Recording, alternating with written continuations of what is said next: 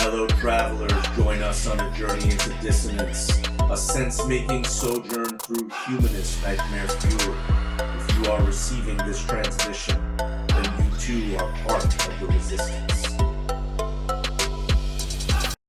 In today's stream, Dr. Siraj and I deepen our reflection on personality disorders and how they affect people from both sides of the economical divide. Lack of access causes people in communities like yours and mine to turn to influencers for truth. Among extremists and centrists alike, we find the same symptoms: a sense that something is amiss in the world, a detachment from reality, a feverish search for the truth. But as people with the same access that many of us lack move into spaces of activism, are they truly sharing power with those of us who cannot walk away from the injustice we experience? Or is the goal something darker? Self-validation over self-actualization. You be the judge as we listen in. The last time we were talking about the Q conference, and then Channel 5, Andrew Callahan is the guy who does that, had a great thing about a Hollywood anti-vax rally as well. So I'd save that up there, right? But we're getting into other kinds of stuff that, you know, based on where you and I reside, where we work, where we exist in spaces where, for people who are usually individuals who are disadvantaged, who do not have a clear sense of identity within a society that isn't really that respectful of who a person might be as a human being, right? Their humanity is not well acknowledged, and they can feel that sometimes on a daily basis. Does any of this sound like familiar to you? Does it ring a bell, or is it kind of you're like, Siraj, I don't know what you're talking about. I think it's definitely ringing several bells. I can't even say I don't know what you're talking about. I know exactly what you mean. Yes, that's been my experience. So tell me what that feels like, right? There's I come from a place where I've had enough privilege in my life based on how I was brought up, based on family. I've existed in a place where I've had enough privilege exist. Sorry, gotta organize this table better. So I've had enough privilege set in where I received, good housing, good healthcare, good food, and good education, certainly, right? I've also had the privilege of seeing my parents who amassed the privilege, but they came from a space where neither of their families had a lot, but were just, okay, they were getting by, and that was in India. And they then came to New York, they came to the States, my parents did, and they were living real, kind of ramen soup kind of living, right? And they were building it up, but they had the privilege to start with being professionally educated and accredited. And so they were able to build that out, and they did that. They eventually got a home, and they got, a bigger home, and it got to a place where they had some modicum of upper middle class wealth, right? And they did that, and I came up in that, but I saw when they didn't have much of anything. And there were times along that span of existence where I really wish they'd remembered that, right? Like, and remembered where they came from. And then as I came into my adulthood and I came into, you know, marriage and family and things like that, like, I feel like I got locked into that too. I got locked into, like, when you get into a professional career trajectory, all of a sudden it just becomes about like awful competitive energy, and it's as though you're always reminded of where you should be and where you aren't, right? Like, so like I'm saying all this because it may be something that may not seem like a big deal for a certain stratum of society who has some degree of financial stability and then financial opportunity as well. And I'm saying financial because ultimately that's what it always is, right? I mean, we're in that big system here where everything's about, you know, what you got, how much you got, you know, how much you got in order to get what you want to get, you know? So yet there was never a, okay, we're good here kind of thing, right? In the lives that I lived. And then based on a weird rejection of certain spaces, not, I would love to say it was some noble, wonderful thing. I mean, I think that sentiment grew over time, right? But eventually it was just a real discomfort for me, like a rejection of the academy, right? So I came up in higher education and had that, all of that, and the privilege and this and that. I'm saying privilege, but I also have a shit ton of school loans and massive school loan debt that, because I stepped away from the expected trajectory of someone with my degrees and where I should be going, and you know that well, like, you know, there may be a sense that I'm screwed, you know, because like that's what you studied for, that's where you're supposed to be, and by the time you have this much gray in your beard, you should be making the kind of money that's, you know, nearly got all that paid down. That's not where I am. And that comes from this idea of, if you want to try something different, if you want to do something different, especially if you want to do something different with what you have, with the knowledge base that you've gained. And that is often, you know, not the case in spaces like the academy, spaces like, you know, I come from that world. I come professionally from a largely academic, but also nonprofit world.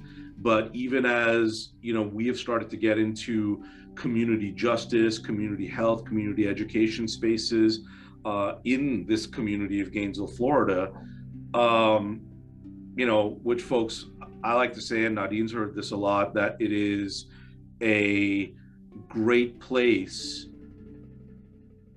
to try shit out, you know, because it's not so big. You can put your arms around it, and yet it gives you a huge reminder of just how much the things that we're doing are not working.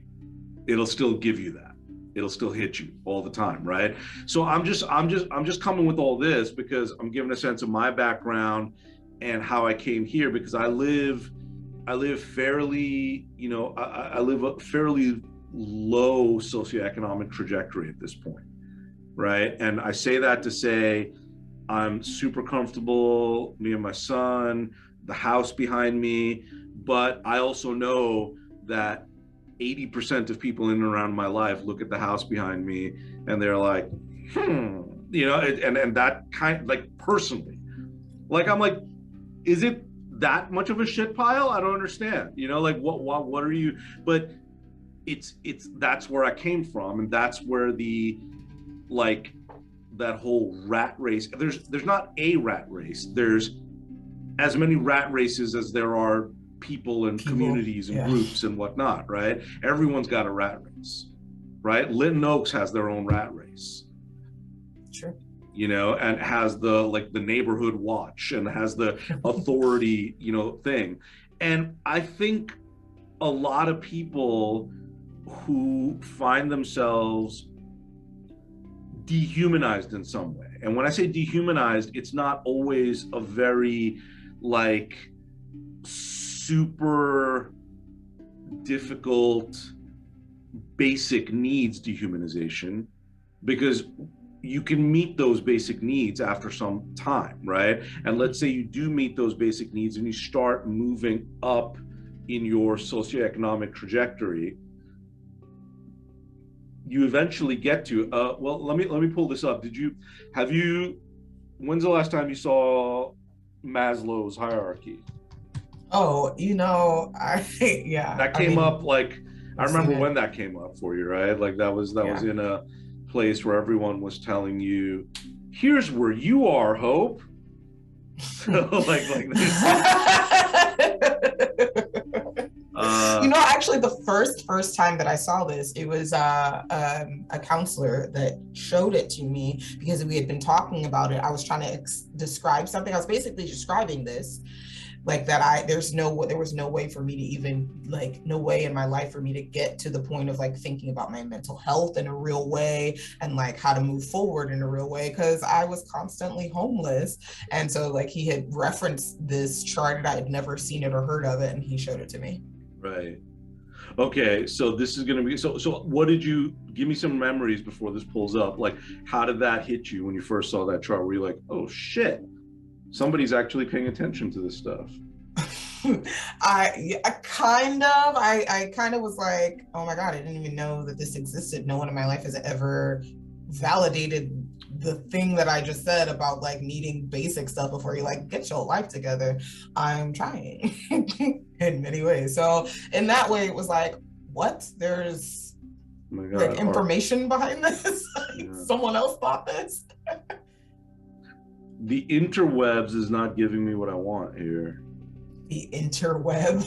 Yeah, because like all this shit is so low res. You know what this is, kids? High res. That's something that we had to usually specify back in the day.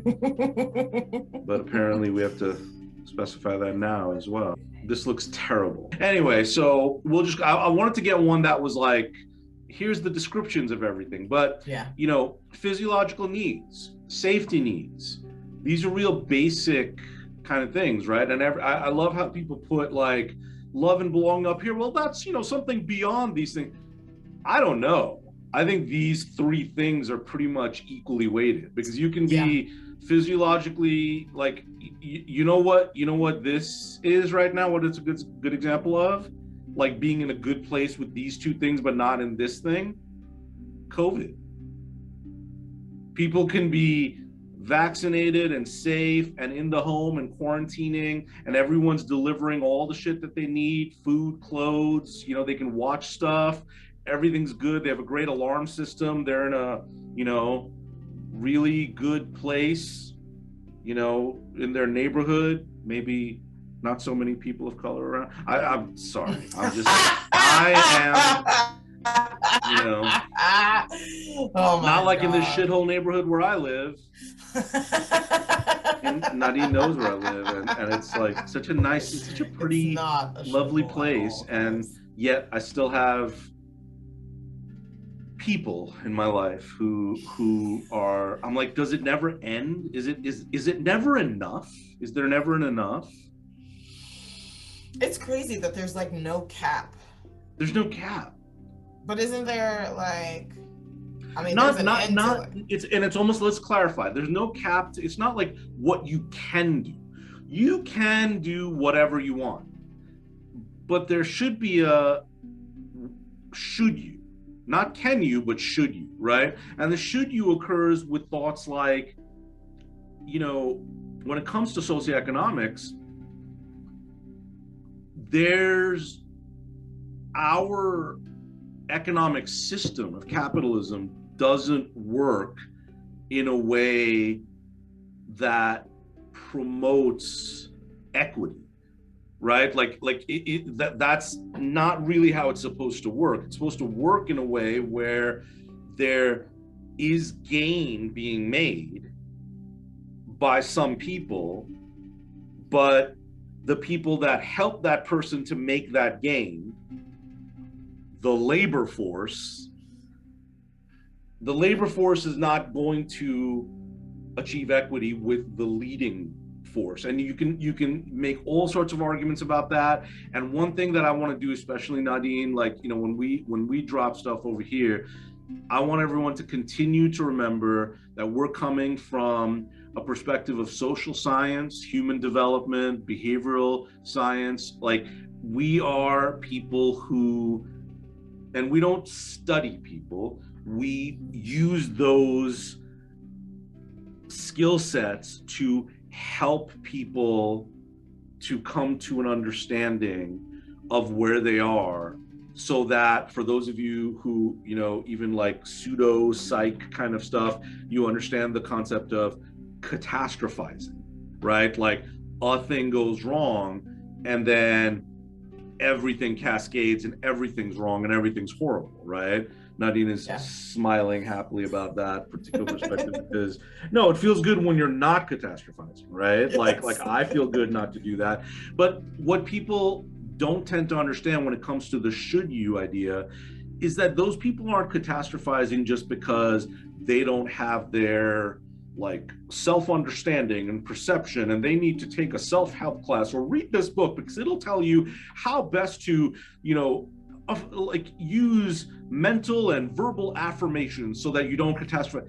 Here's the thing though, catastrophizing doesn't always occur from the inside out. A lot of times that catastrophizing or catastrophic cascade of shit happens from the outside in, because one thing happens here, like somebody that you're working with through a subsidized program whom you're counting on to pay your electric bill because that program says it will, and you filled it out and you did all that shit. And if they drop that ball, then everything else, then physiological needs, you're cold, because here in Gainesville, Florida, folks, it does get cold. Tomorrow and the night after, it's going to be down in the 22, 23 degree range. Isn't that crazy?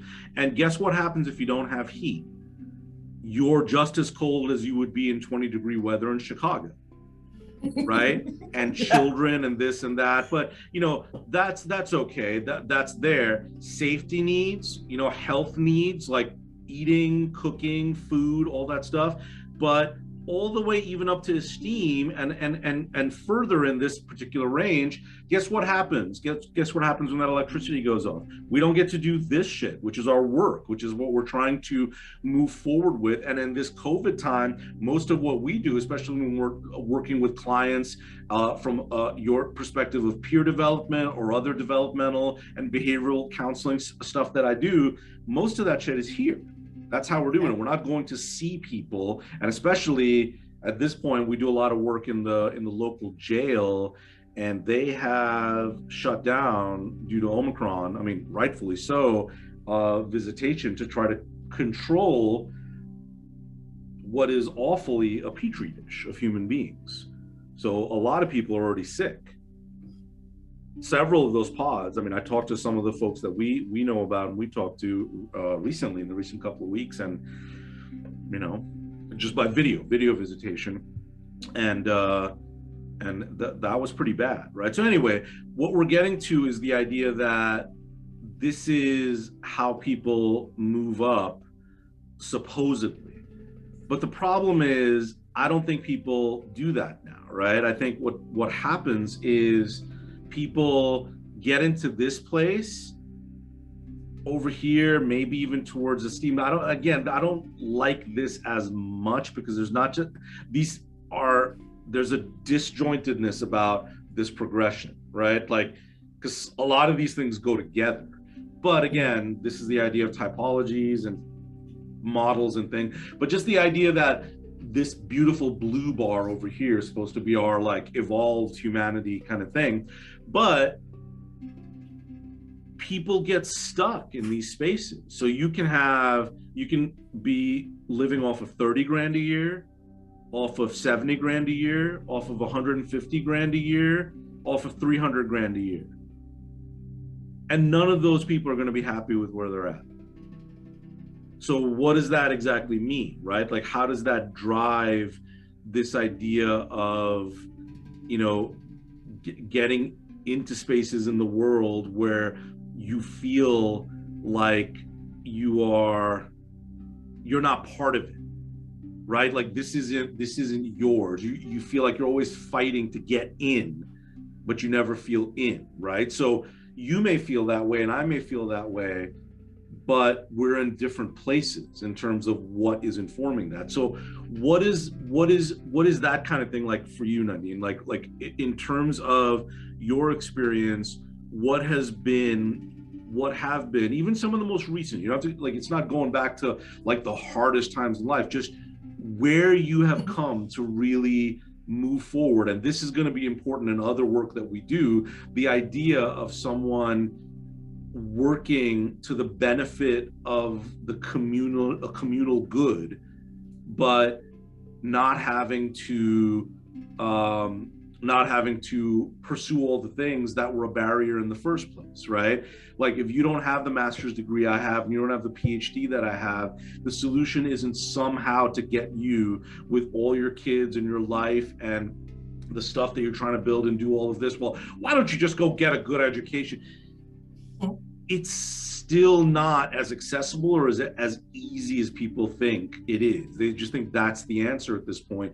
But I'm here to say, I have all this, I have a fucking terminal degree, and there's still, it still might as well be shit. There's not a real, I mean, it just depends on if you don't do what you are recommended to do with the degree, if you don't follow the exact prescribed path, and you try to do anything else, then it invalidates a lot of what you have built, right? So we're trying that other thing, but let's speak in generalities. But given the idea that you were a part of you got a job a couple of years ago with a nonprofit community, one would think, or one receives the message that they are a community responsive organization looking at different issues in community, and usually about this idea that people are down here,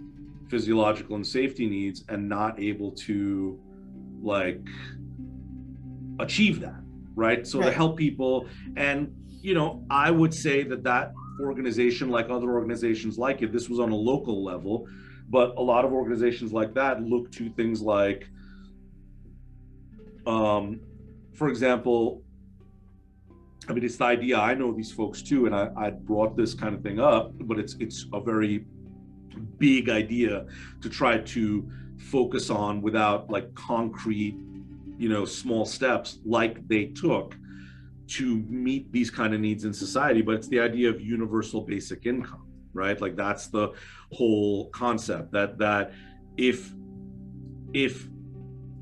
individuals who are traditionally at risk, underrepresented, and underserved have these things, if they're just not trying to survive to the next day, then there is a natural benefit that people's greatest value and quality will start coming out. They'll be into the world and doing stuff, such as one of our colleagues who said it was this one program that she and her daughter, her adult daughter, and some younger children had applied for. They received assistance. I believe, in terms of housing, right? So think of that, not having to pay the rent or the this or the that, the mortgage, and they were being helped in that way. And that provided the love and belonging, like we're a family, we're stable. And up to the esteem space, her daughter pursued education in nursing, and she pursued education in a similar type of allied health space. And suddenly they were both, I mean, it was nice to see them on calls like we were doing, and they were just like, we're in our scrubs, you know. It's like, okay, so now we have that esteem, but it's also in the love and belonging space, right? Like you feel like a part of it. So there are programs, but we also know that those programs, like with our friend and like with yourself, those opportunities have barriers. You feel disconnected. You come to a place of feeling disillusioned. And I know you have felt disillusioned, even in spaces which, hey, young Black single mother, these things should be helping you out perfectly well. Everything is great for you. What's your problem? So what was your problem? Like, why weren't you just like, yes, everyone. Yes, Massa, thank you. We are, thank you for this opportunity. I'm doing great now. Everything's fine. That was it. The problem is that I really drank the Kool-Aid and I started believing, in like, what's the mission and everything. And then when it played out, like, because the thing was to empower, or at least what my understanding was, to empower a woman like myself, or a person like myself, to not only just like, come up like economically, but to like benefit, my community. And like, so it was like for support to do that, the skills and for me to like say, kind of make my declaration of like, this is what I'm doing for the community, and it was kind of a collective effort, but I wound up realizing that my motivation for doing things was not the same. It was not like we didn't have the same culture, kind of like, it wasn't just,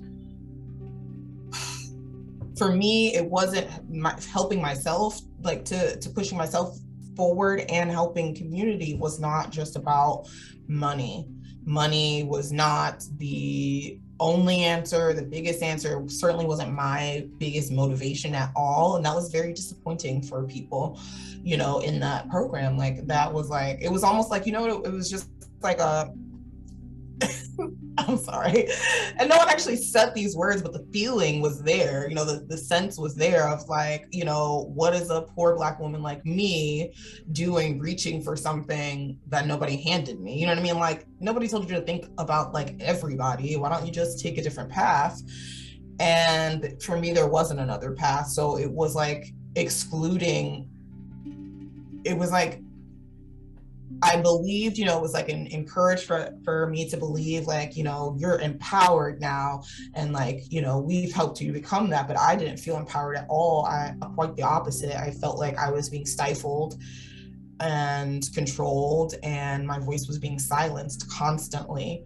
And it wound up being a toxic fight for me to just do what came natural and like, act in that space where I'd been activated.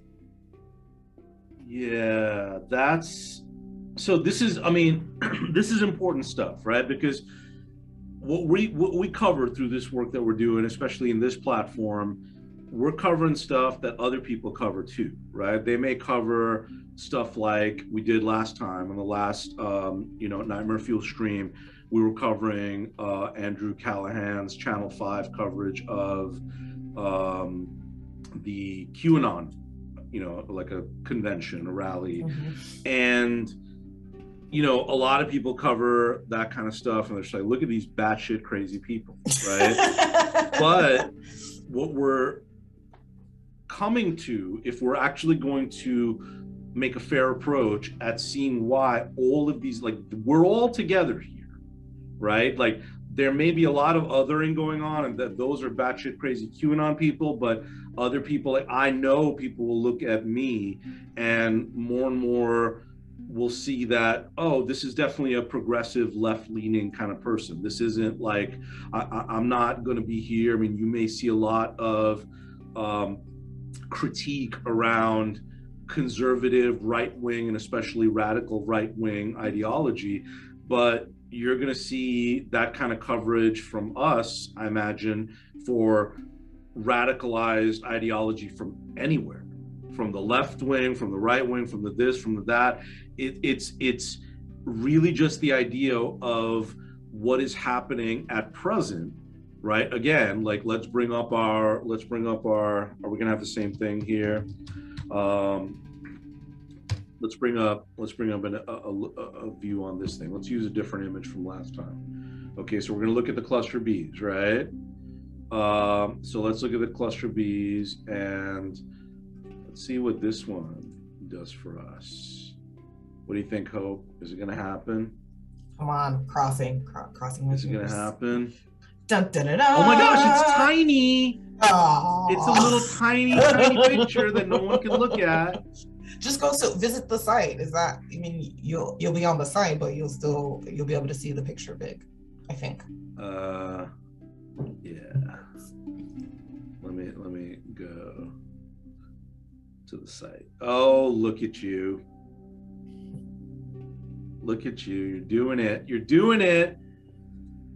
You're doing what You're supposed to. Yeah. Can I just do the same thing with Maslow? So we can have yeah. one? Okay, let's do that. Let's do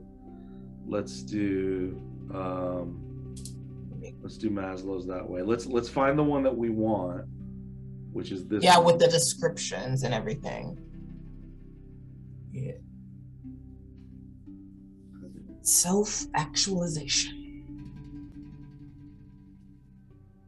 Why are we not doing it? That was my real goal. That was too big. Didn't fit on paper.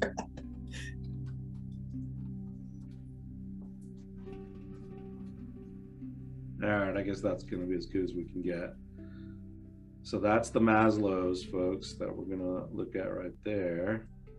And let's see if we can edge this out a little bit. Yeah, so this one's a little bit better. We got physiological and safety, love, belonging, esteem. But I like these ideas that people are putting. Motivation decreases as needs are met,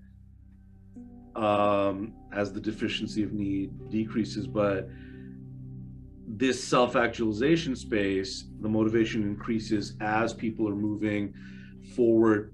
So this isn't really fair to say, because you know what people are gonna, you know what? Okay, I'm getting a little. Here's what I'm gonna. Here's what I'm gonna say. And folks, you got to take stuff that we say with, you know, kind of a little bit of, you know, understanding of our cynicism and our sense of humor, you know, as it grows. Because right here, this little phraseology, this motivation decreases as needs are met, sounds real racist, welfare queen, like, you know, like lazy people.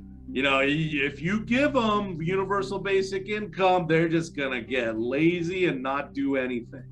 And the problem there is that you're not looking at a lot of different issues, right? You're not looking at a lot of different issues in the sense of people who may have come from, like, yes, you're gonna have a natural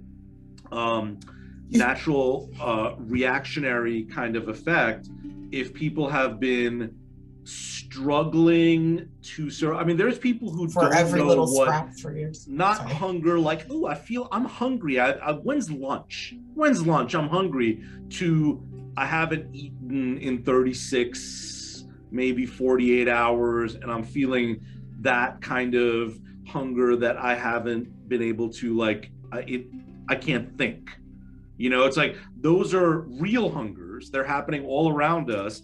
And yet people don't see that if you go from that place to actually having, let's even just say, food throughout the day, right? Because we have to eat several times a day in order to just feel like we are just active, present, and fueled human beings to do what we're trying to do.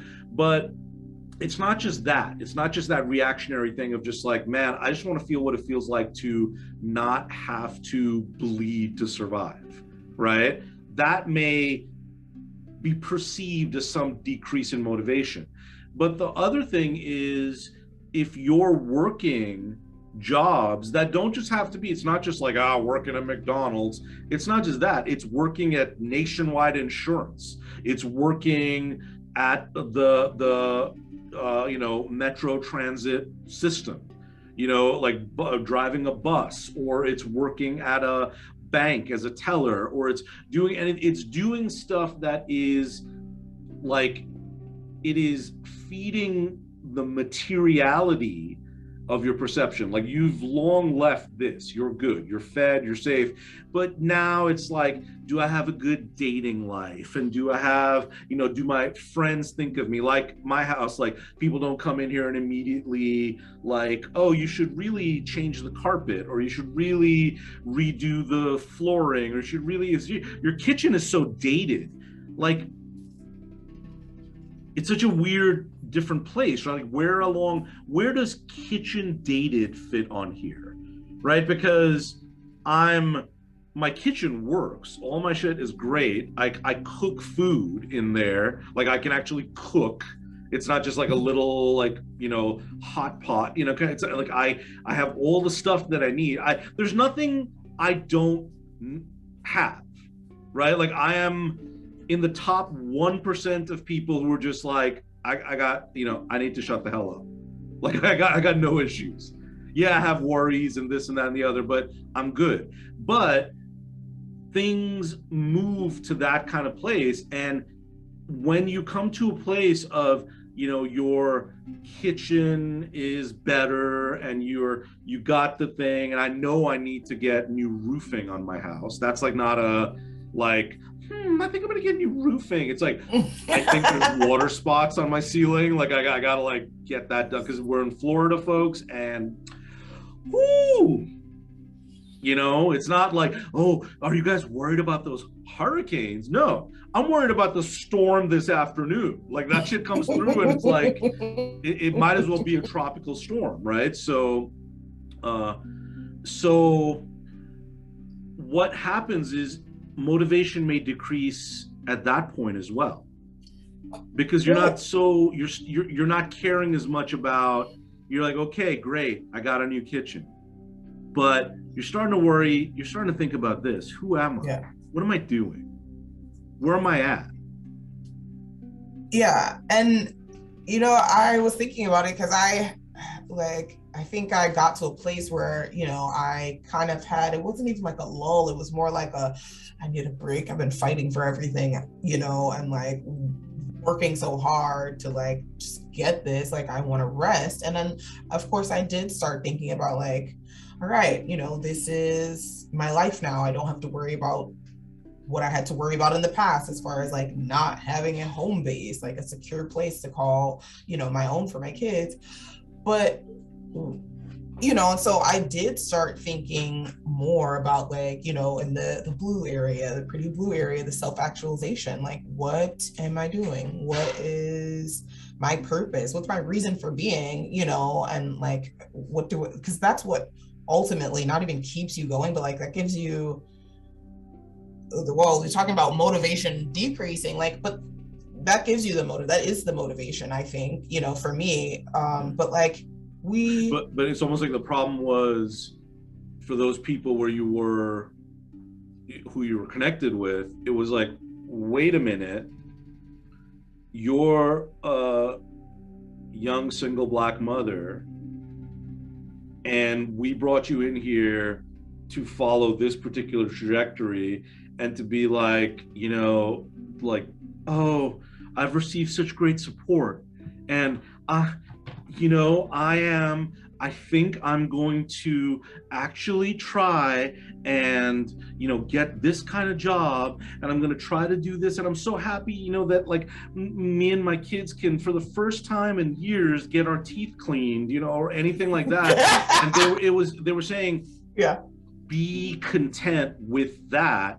Yeah. What are you doing trying to question the systemic oppression or the kind of actual barriers that exist in and around, and using that platform of that nonprofit community-based space to say, hey, this isn't okay. And it wasn't just like, don't, address this, but don't address it in your particular way. We're not trying to go that deep. It was what it was. It was like, yeah, we're going to address the surface stuff, anything we think we can win, but like anything that's like, oh, that's going to be years of labor, like, no. But I was really in it because I have to live in the community that I was trying to support. And that was the difference. Even you can live in a, for a person like, or people that have like a certain amount of privilege, like you were talking about education and like, you know, money, but like even more, I'm really talking about a little bit more privilege than even what you operate out of, but even still, it's just like living in the same city doesn't mean you really understand at all. You know what I mean? Like living in, because I don't live in this type of neighborhood that's like known to be high class, but I live instead in a historically Black neighborhood. Like, I'm sorry, you still don't know my life. So of course I'm going to be more invested. And like, it goes back to what I said about like, well, don't reach that far. And it just confirmed for me, like, oh, we live in a system, a world system that is just like, I feel like that's why the line is across the, you know, at the cutoff is esteem. Like, just feel good about yourself for these materialistic things. You're not encouraged to really try to reach self-actualization, because then you're going to start thinking different and challenging things in a different way and bucking the system. And not even like, you know, like I'm going to burn it all down, but like you might actually want to make helpful changes that will help more than just the people that are like maybe at the top, that like what the system is supporting. But that's where you mess up. Don't do that. Right. Don't actually try to change things. Right. So we're going to go over here, right? We're going to take a look at this particular thing. So they're not, this is from Mind Journal, Mind Help. I mean, it's a nice infographic, right? It's very basic. It's super simple. We're not going into, you know, there's no diagnosticians here. There's no diagnoses being made about anything. And again, folks, always remember, these are models intended to help categorize, organize behavioral and developmental issues that individuals have, right? So it's an individually based thing. But what you're having now is also, what we're positing here is that there are larger micro and macro social effects that are occurring, even from, you know, when I say microsocials, in our communities. You know, like there's an idea that there are people that, like what we did on the last episode relative to QAnon, are we just going to call them batshit, or are we going to look at potentially how did they get there, right? And the idea of, you know, we're talking about arrogance over here, and we like to be the center of attention over here,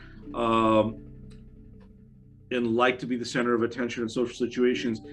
These are more prominent aspects of when you see individuals that form groups that then collectively display this kind of behavior, right? That's what we're talking about. Collective displays, like of group behavior that centers on a collection of individuals who share different personality traits. But we're going to look at this one here, folks. We're really going to focus on this one. Tend to feel an extreme emptiness, because what we're proposing here is that when it comes to some of the groups that we're talking about, you know, Nadine and I may speak from our own positions and say, hey, to even QAnon followers, like, you guys are right. Shit is really fucked up. But there's a lot of really dark shit just down the road from you that isn't reptilian, alien, democratic pedophiles, right? Like we don't have to go there. Maybe such things exist, but we are seeing some real aspects of that kind of ill effect, and we don't even necessarily need to go super conspiratorial about that.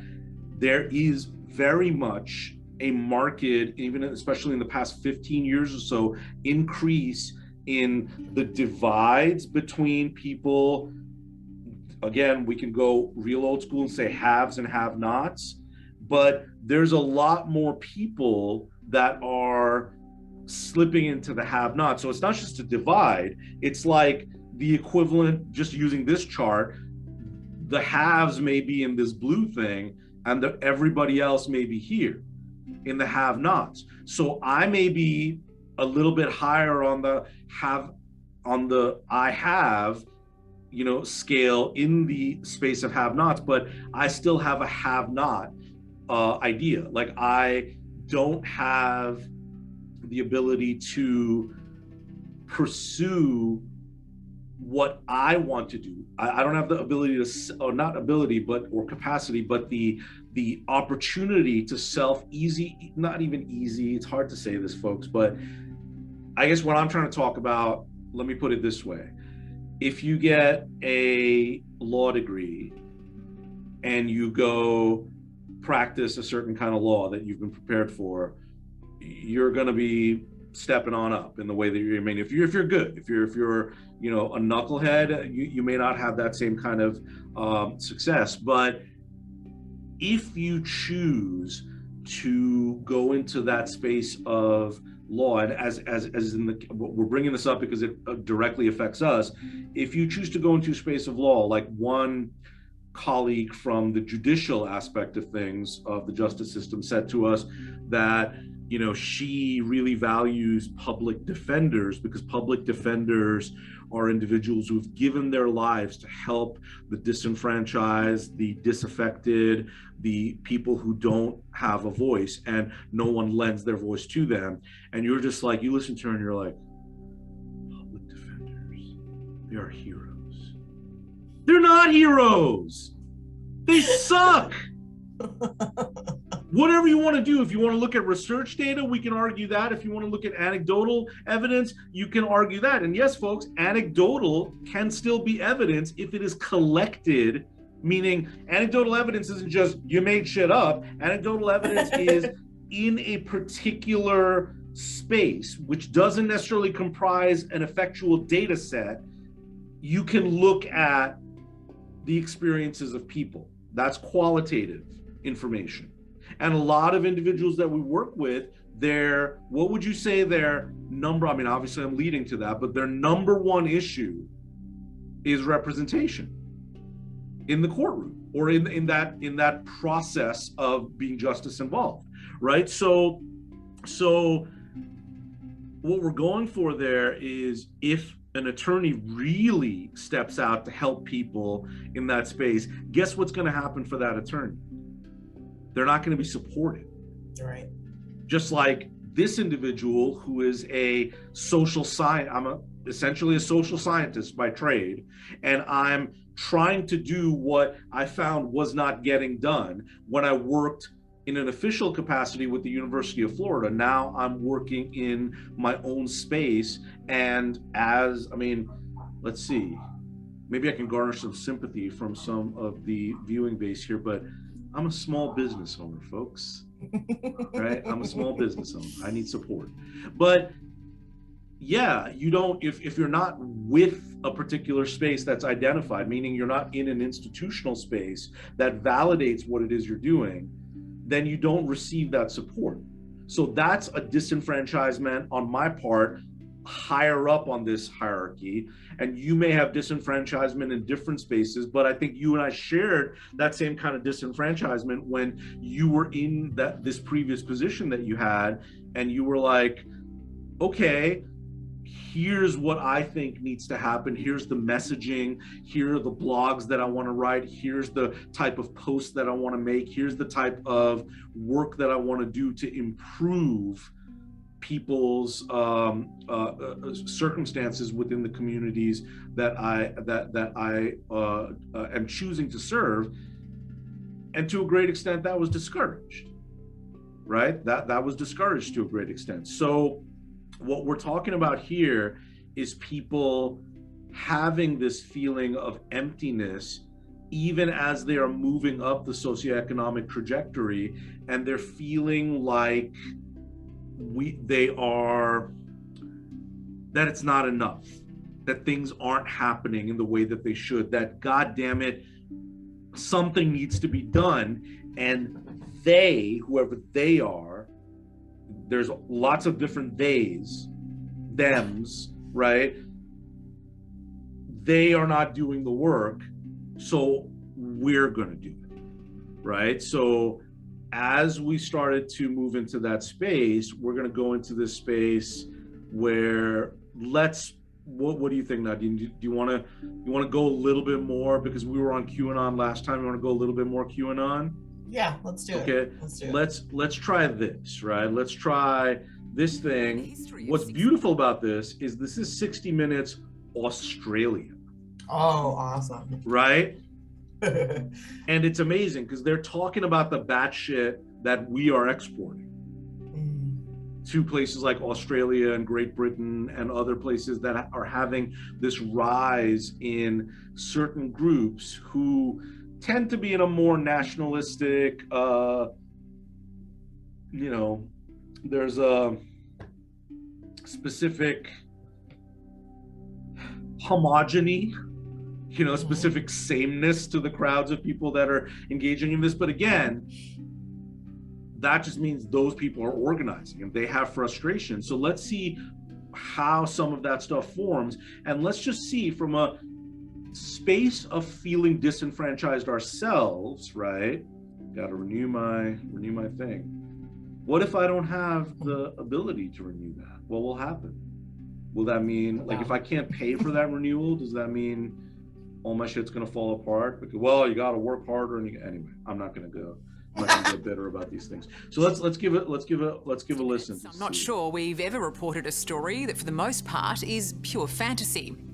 But that's how to best sum up QAnon, an ever-shifting... Isn't it amazing? She just starts off, let's just say, like, she's not, like, here in the States, when people report on this, they're either completely like a left-wing, leftist organization that's just like, these people are nuts, right? Mm-hmm. Or they're like, well, we have to, like, 60 Minutes, they can't be judgmental, they can't, like, put across something. But this lady, right? The producers are Gary and Darren, so I'm not sure who she is, but she just calls them out right off the bat. Let's hear what she said. In the history of 60 Minutes, I'm not sure we've ever reported a story that, for the most part, is pure fantasy. God damn! What happened to objective journalism, right? But she's just, and they're calling it mind games. Like, holy cow, they're coming hard with this. So let's see what they're going to say.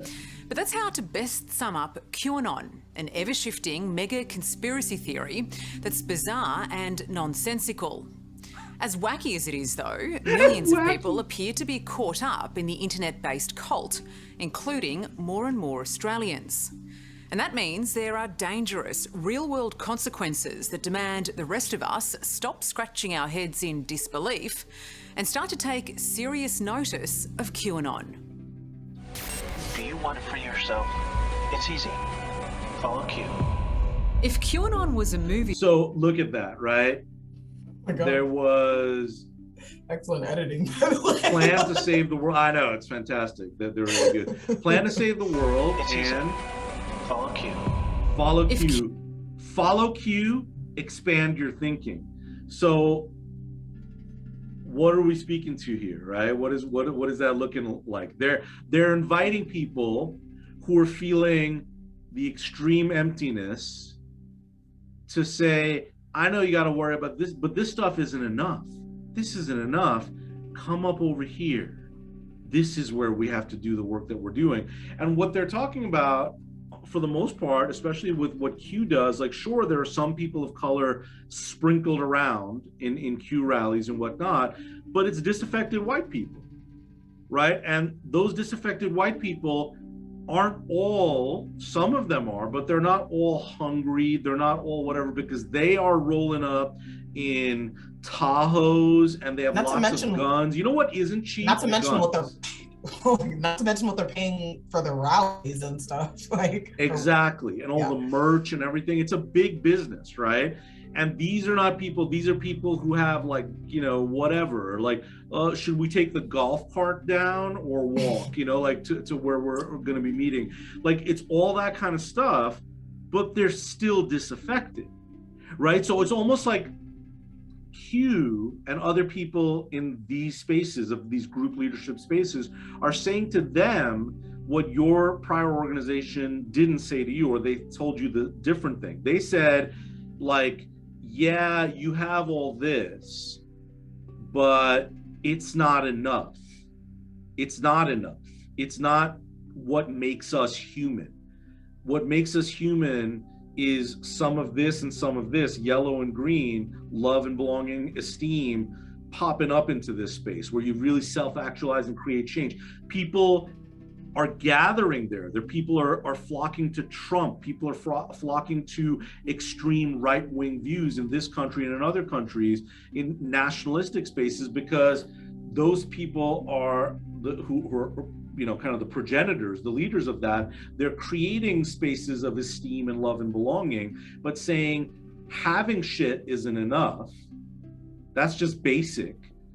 We need to really affect this world.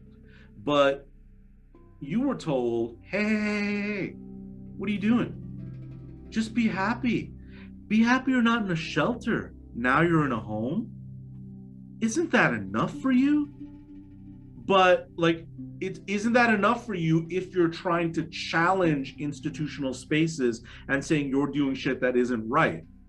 But the moment they see you sitting on your porch and just hanging out in a beautiful, like, you know, autumn afternoon, they're like, look at her lazy ass sitting there, not doing something to move up and move forward. It's like you can't win.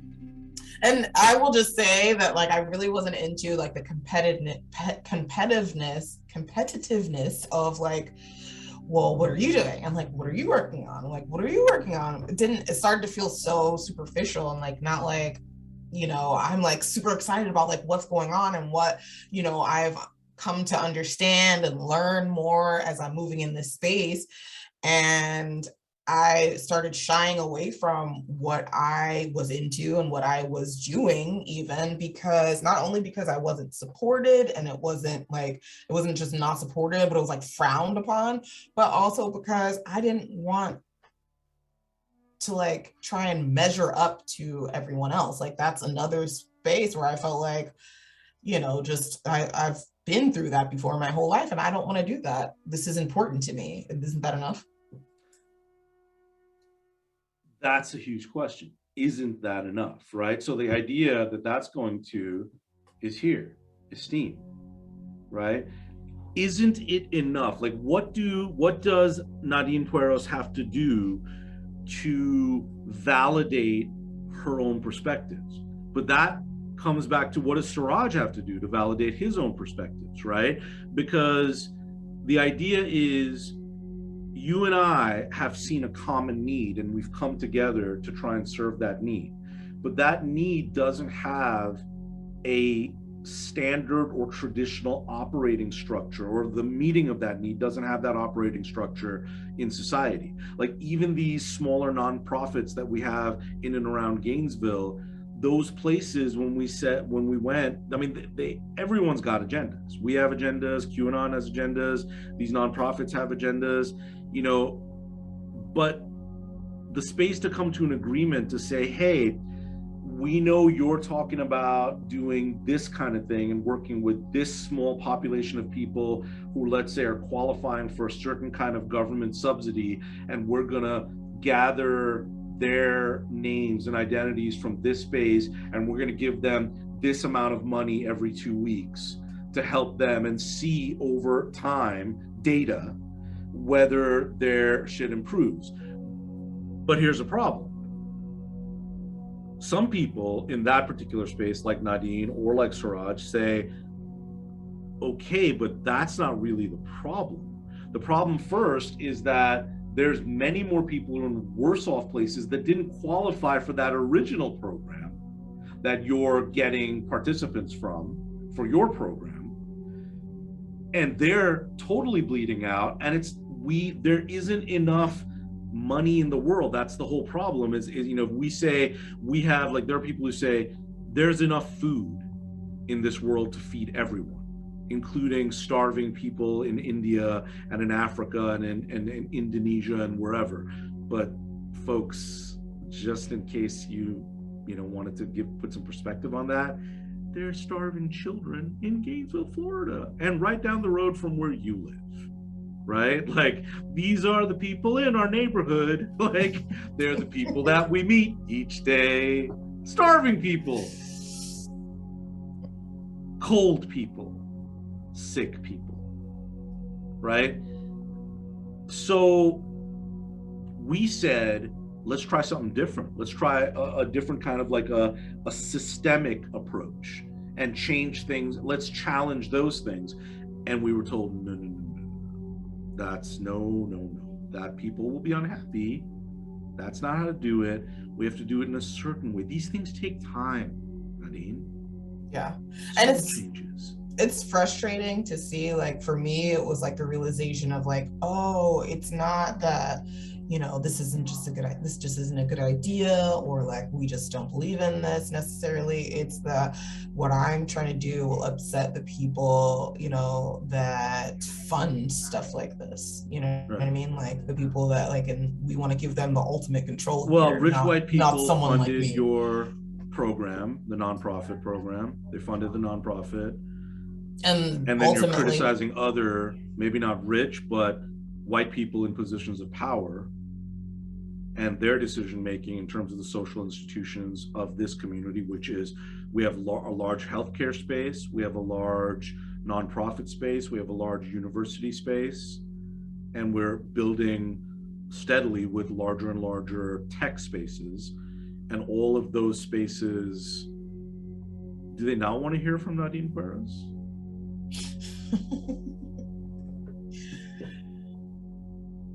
I mean,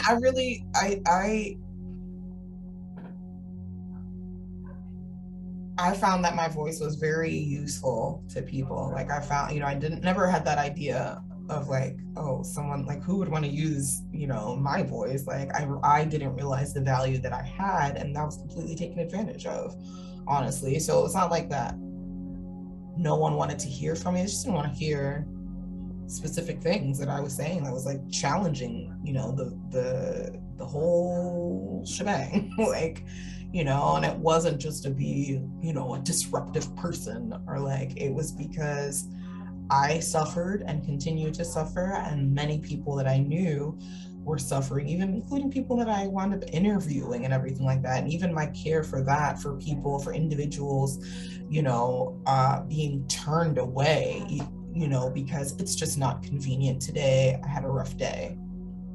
Do you know how rough that individual's life has been? You know, they had to come all the way down here to track something down that takes you 10 minutes to print out. Like, but that was another thing that was like shut down, you know, like, no, don't.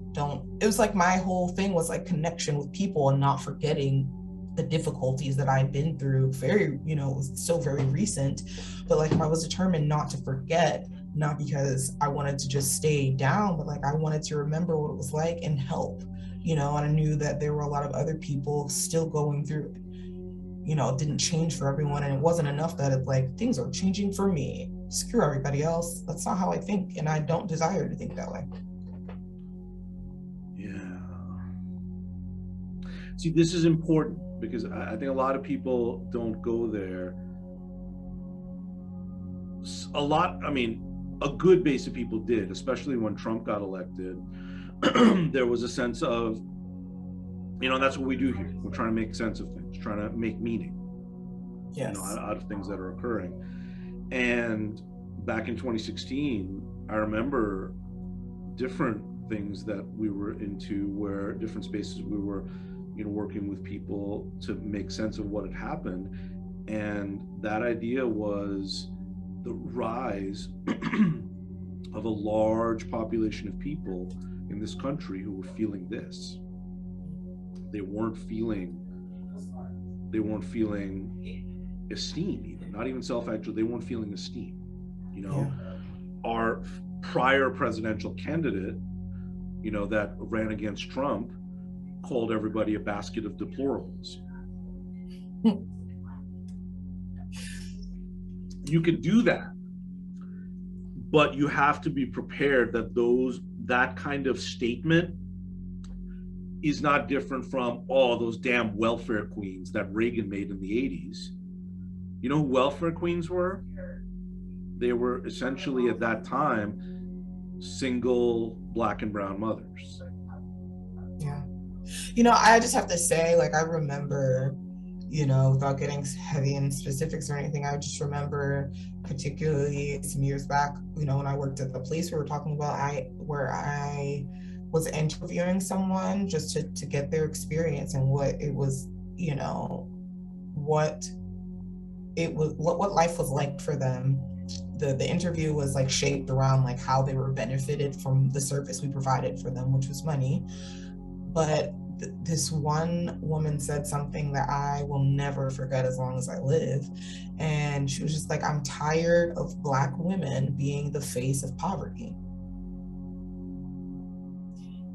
And that's, she said that and it spoke so much to me, because here I was asking her questions, like I was in this great position to like, yes, let me ask you about your life. And where I did have that platform and I took it serious and I did have that privilege, like to be able to do that, it meant something to me because I had that and I knew what it was like not to have that. But like, I was thinking like, yeah, and I still feel that way with what I have now, like where I'm at. I still feel like I'm supposed to be the face of poverty and not elevate too high. Certainly not right there into self-actualization. Yeah. So there's this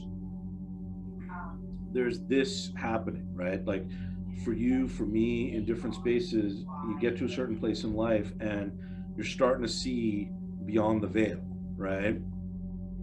Problem is, there's other people doing that too. Yeah. All right, so I'm gonna play this. And QAnon was a movie script. It would be too far-fetched. The world is currently witnessing the largest mass treason event in living history. The world ruled by a cabal of Satan-worshipping elites who prey on children and harvest their blood. Yeah. With Donald Trump, our only saviour, ready to defeat the forces of darkness. Risk their lives to achieve this victory against the greatest force of evil. So that was basic, right? They created, that was what we can look back now, Monday morning quarterback it, look back and see that the whole premise was really, you didn't have to create an enemy, right? The Trump campaign, for example, they didn't create the enemy. They just really expanded the narrative around that for too long, your lives have been run by people who don't really see you. They don't really see you. They don't see your needs. And it so happened that prior to Trump, because we'd had 8 years of a historically progressive in certain ways president, but in demonstrably draconian in other ways, but people didn't really look at that because ultimately it was optics. People looked at the color of the skin of this president and the name of this president, and everyone who always likes to say things like Barack Hussein Obama, which isn't that far off from Siraj Syed, but the idea that it wasn't something, it wasn't deeper or more kind of evidence-based information. It was really just optics and superficial stuff, and there was an enemy there. This country has been run by liberal elites for too long, and look, one of them even called you a basket of deplorables, so we're going to do something about that. We're going to come in and we're going to do something about that. And with Trump, who is incredibly disconnected from underrepresented, underprivileged, underserved, neglected populations, many of whom he made sure in a very draconian way to keep that way up in New York, in terms of being the prototype or the prototypical slumlord or shitty landlord. That's how Trump made his, or that's one very predominant identity that Trump created back during that time. The world has ever known. And that's just the start. That's just the headline-based theory. It goes so much deeper than that. Discover the names and faces of the cabal agents who have colluded to destroy our republic and bend us to their will. How deep does it go? The German Chancellor, Angela Merkel, is Hitler's natural daughter. There's theories about Donald Trump being a time traveler, aliens, any conspiracy theory you've ever heard, including many you haven't, find a home in QAnon. But I mean, you couldn't have believed that stuff, surely. I went all the way up to aliens. Jatath Jadeja is an ordinary guy. I kind of like that. I went all the way up to aliens because there was that's the measurement, right? That's the measurement that you go to. Like, there's like, well, That's I went up to aliens, but reptilians from the kind of the like Terra based, from Earth based reptilians, I'm not with that kind of thing. But here was the thing. He said all of these types of conspiracy theories find their way or find a home in QAnon. And that was the whole thing. That's what we were talking about, that Trump, even though he was a complete hypocrite, he created a sense of, come unto me, I am going to be here for you. I'll listen to you. You have an ear. You have an open and receptive ear with me. And so everybody who felt disaffected by that Barack Hussein Obama, black president, damn liberal elites controlling everything and bringing their critical race theory and all sorts of other stuff into our schools, all of this was churned up so that natural disaffectedness, that extreme emptiness that people felt, because many people who form the base of groups like QAnon have red and orange taken care of. They're not worrying about that, but they still feel this pull up to blue because they're feeling extreme emptiness and being disaffected. So what do you do with all those people? Well, you weaponize them for politics.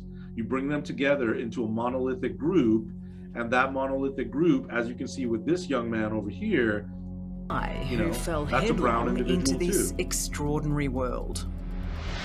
An economics student who, for 2.5 years, lived and breathed the ultimate conspiracy theory in all its madness.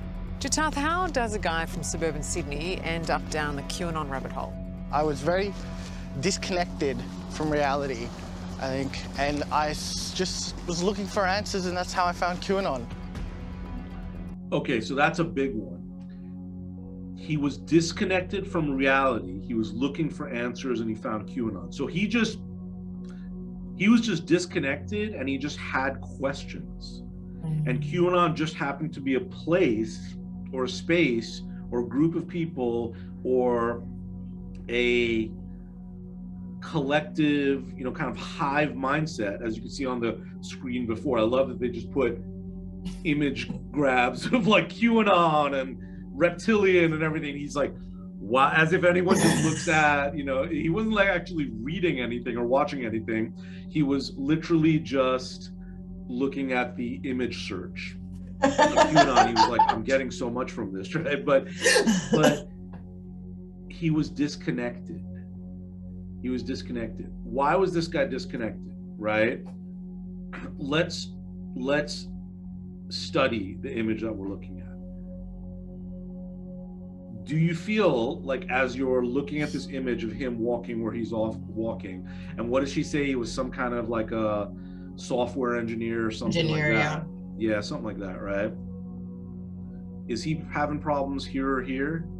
Doesn't I can say from brown brother to brown brother, fella, just like me, just a little chunk.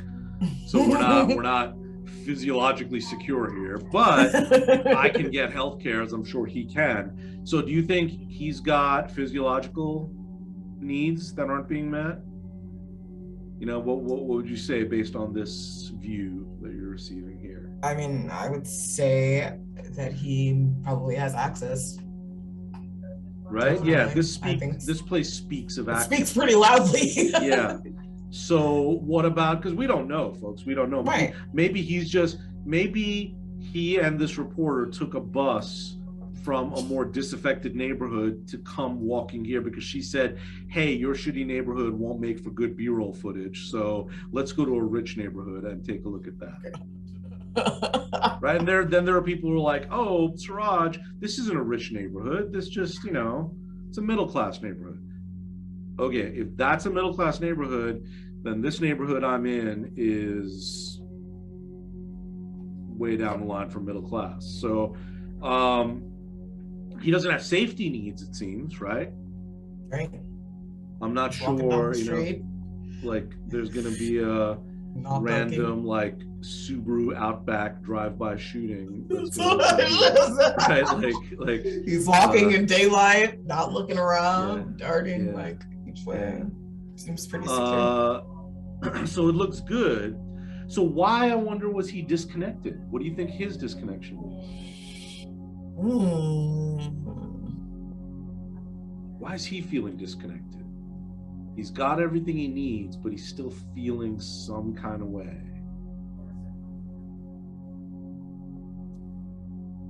Right? Yeah. I mean, I don't know. So let's think about it this way. I mean, there's an aspect of this. I want to cue your thinking about this a little bit. Not QAnon. Cue, like as in line up. Think about the fact that this guy has privilege, as people that you previously worked with have privilege, but at the same time, they had their own sense of social needs that they were trying to fulfill. Like you said, you were like, oh, well, the program that we were working on, and I love that you just said that. You were like, the program we were working on, which was giving money to people. Oh, like that's the program? Like what is giving money to people in the most cynical way I can say it ever fucking accomplished? But again, or accomplished in a longitudinal, sustainable way, right? What happens when that program stops and the people that you're giving, what was it, like $300 a month or something like that? Yeah. No, not a month. What was it? A week? A one time.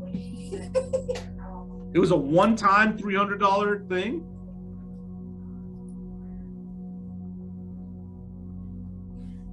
Sorry. That's why I had such a big push to like, let me interview people. Let me like, because I know how it is. Like you, all right, $300. I'm super happy that I have this right now, but it is not going to take care of all of my needs, like nowhere near all of them. And I wanted people to be able to feel free and be honest about like, hey, what is really, because like you have an opportunity here. I'm trying to extend this opportunity, not for you just to kiss our ass, but to tell us what's not working. Like, tell us the real. And, you know, it was kind of difficult to get people to do that because once you're accustomed to having to like blow smoke up the butt of whatever program, you know what I mean? Like, and praise, especially if it's a smaller group and not like something that's, you know, like DCF or, you know what I mean? Like, cause they don't necessarily care about you praising them, you know, when you're there trying to apply for benefits, but like a smaller group and like people that are worried about, you know, like, well, can we get more funding for the next thing that we're going to do? Or how does this look on social media? Like they want, you know, that's not the negative stuff, not so much of the negative stuff. Like they want the medicine is what, that's a term that I've heard used or whatever. But honestly, the medicine don't always taste great. Like you got to take both. So yeah. So they wanted happy Black women to be the face of poverty. When you say it like that. No, they definitely didn't want any of these faces. Mm-hmm. It's like, no. Why are Black women so angry all the time? So there was something else that was said, I remember, in a very personal way, when you expressed to one of your colleagues, you know, supervisory colleagues, who were essentially people who had a base of privilege that were trying to do community-based work, intervention, right?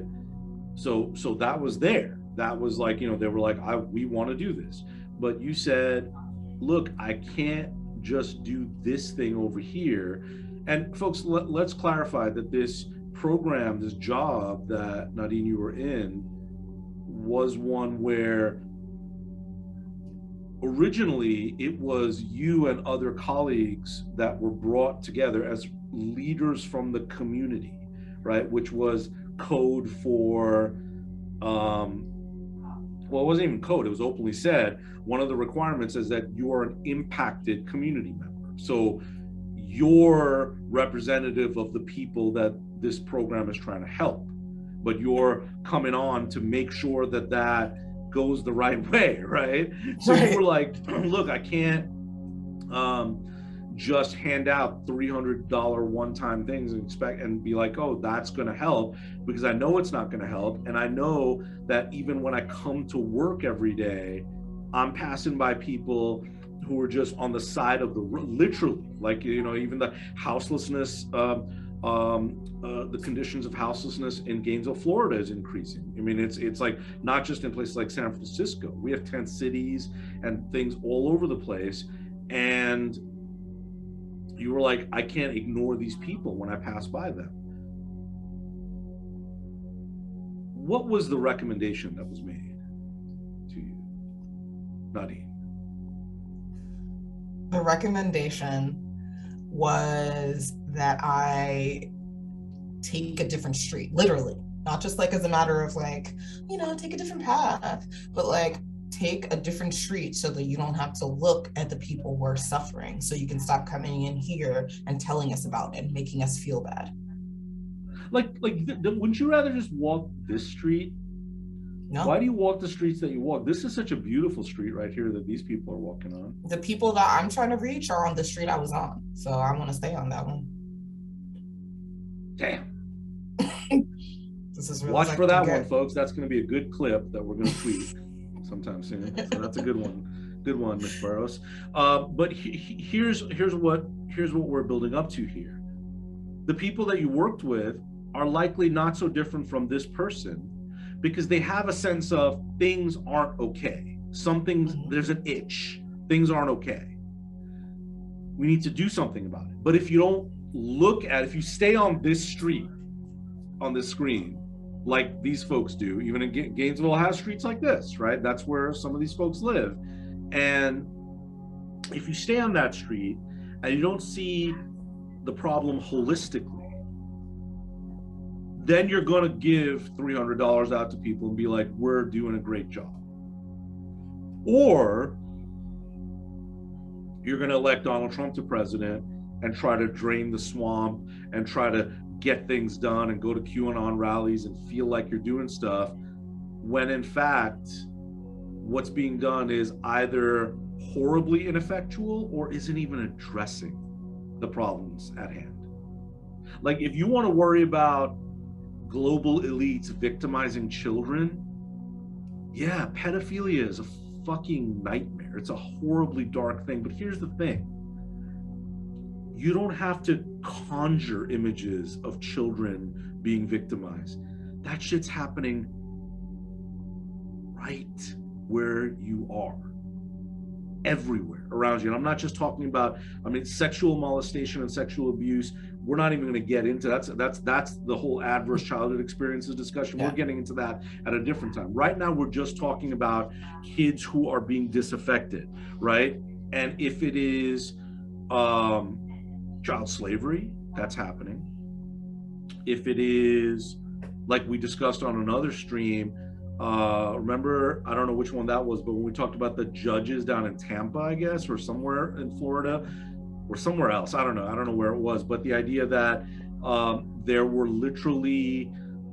a deal, and this is legalized child slavery, a deal to convict juvenile justice offenders so that they could enter into the system and be exploited within the system to do labor. It's essentially child labor, but it's okay because What was that other thing that we saw?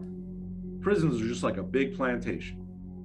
We got to have somebody to pick the cotton, folks. That cotton ain't picking itself. Right? God. And these are children. So we have, that's not a conspiracy. It's right there, right? But this guy doesn't look at all those things, and he wants to look at what Q has to offer. So let's see how he kind of went down that rabbit hole. It was all day, every day. It was like QAnon was my job, basically. You just become like that crazy homeless guy on the street shouting about Judgment Day, and you just make an ass out of yourself at all these parties, right? No one wants to talk to you. People are like, oh, it's weird. What are you doing, right? It all began in December 2017 when Jatath was struggling to finish his degree. He became socially isolated and was drawn to the conspiracies swirling online. Stumbling onto QAnon, he fell for it, hook, line and sinker.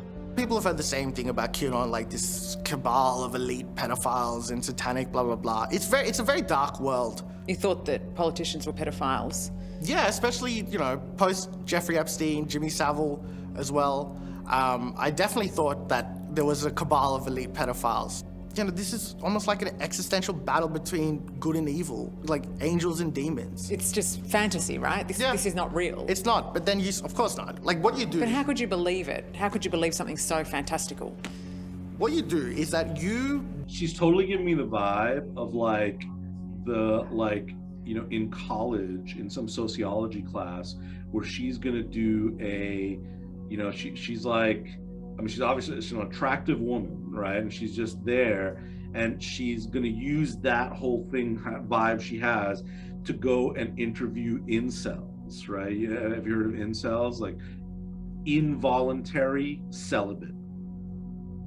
Basically, incels is a word for dorky guys who can't get laid, right? But that is something that is translated into school shootings and horrible victimization of women and horrible misogyny that exists in this world.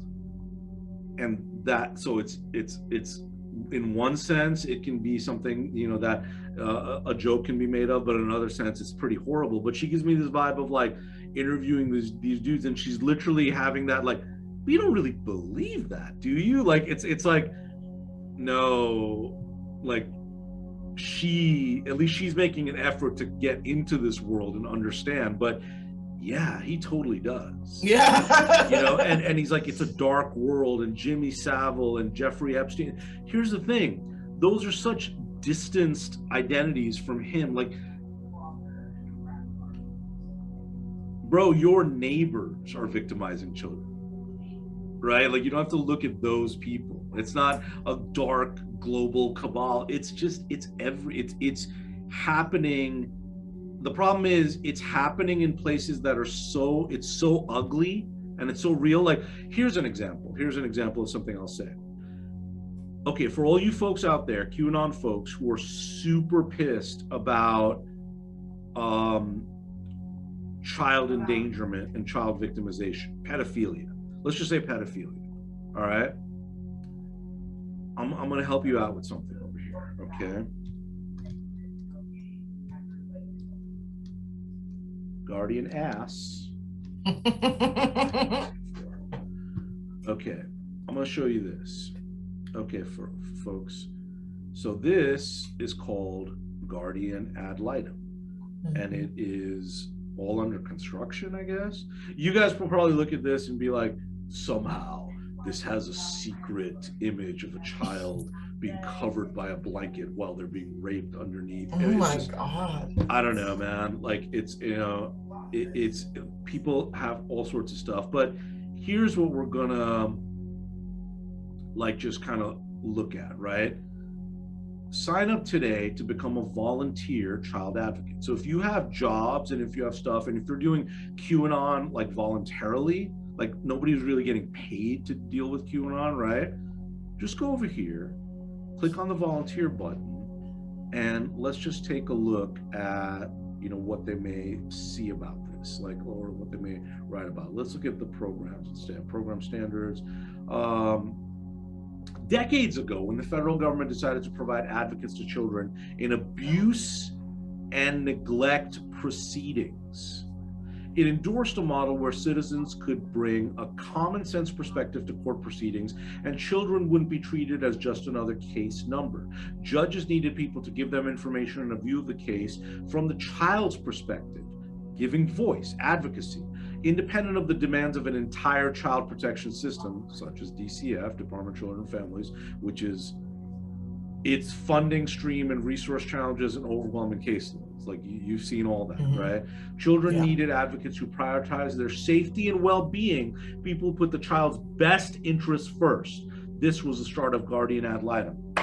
QAnon, come help the children. Guardian Ad Litem needs this. I have been an advocate for children who are going through very difficult things, whether it's justice involvement, whether it's with parents who are going through justice involvement, whether it's with families that are falling apart due to all sorts of horrible domestic issues.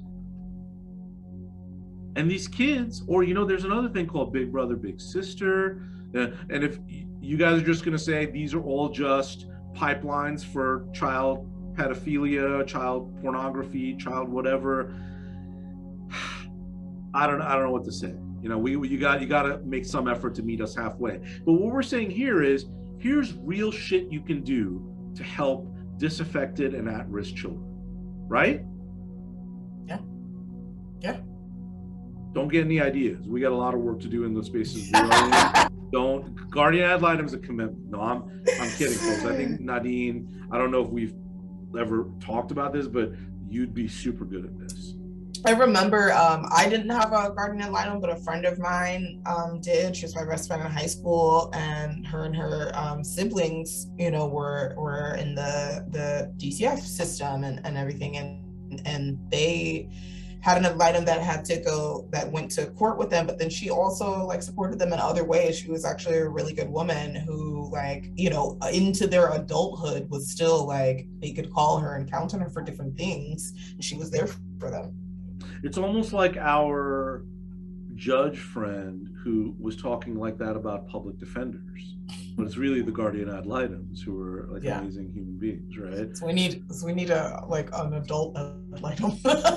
Yeah, we need. Well, we're trying to be adult ad litems. True. Right? Adult Guardian Ad Litems.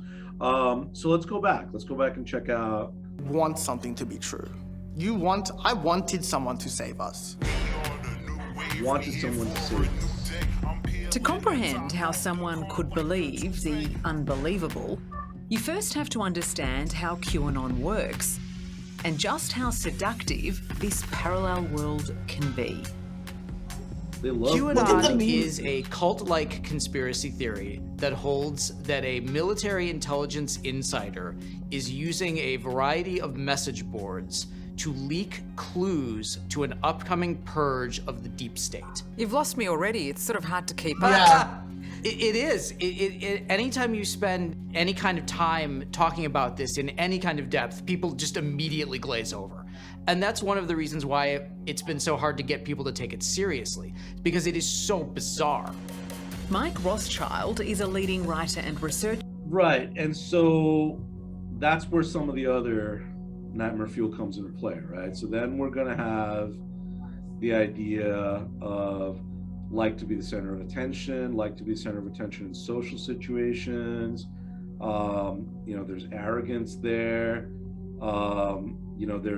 There's a lot that's happening, and there's a lot of projection of this kind of idea that there's always a hand connected to the puppet strings, that are going to be controlling. But it's all based on the idea that I'm feeling empty and I need to do something. So it's action, right? It's activism. QAnon is an activist organization. There's advocacy that's happening, but what is it for? Including the guy who shot up that pizza place, whatever it was called, Cosmic Pizza or whatever that was. I forget what it. QAnon pizza place shooting. What was that place? Yeah, Pizzagate, right? That's what it was. So let's see what they have to say about that particular place. Yeah, there was this guy, gunman sentenced to 4 years in prison. North Carolina man who fired an AR-15 rifle inside a pizza restaurant in Washington, D.C. last year. So this was in 2016. Was investigating a baseless conspiracy theory and has been sentenced to 4 years in prison. So he said the unfounded Pizzagate internet rumor at the center of this case accused the Comet, that's what it wasn't cosmic, Comet Ping Pong Pizzeria, wow, of being the home of a satanic child sex abuse ring involving top Democrats such as Hillary Clinton. Speculation and fabrications tied to the bizarre conspiracy theory have been relentlessly circulated by politically motivated fringe sites, which happen in all sorts of places, including, as a lot of people are well aware of, spaces like Facebook, but also, other message boards and whatnot. So this guy was so concerned about Hillary Clinton's made-to-order child slave or whatever victimized children space that was Comet Ping Pong. He was so upset about that he decided that the real helping hand would come at the with the butt of an AR-15 semi-automatic gun, I believe it is, and it would be that's how you would handle this problem. And that's one way to do it, but there's also guardian ad litem, right? Guardian ad litem, you go in there and you really spend that time, like the guardian ad litem did, Nadine, for your friend from back in the day, and you really help. I mean, if you're an attorney, you can be a pro bono attorney in these kinds of spaces. There's advocacy and training resources that are made available to you. I Am for the Child Academy. You can sign in, take courses in pre-service work to help them, help children who are entering into this kind of space, prepare to enter into institutional systems that are going to be making decisions about their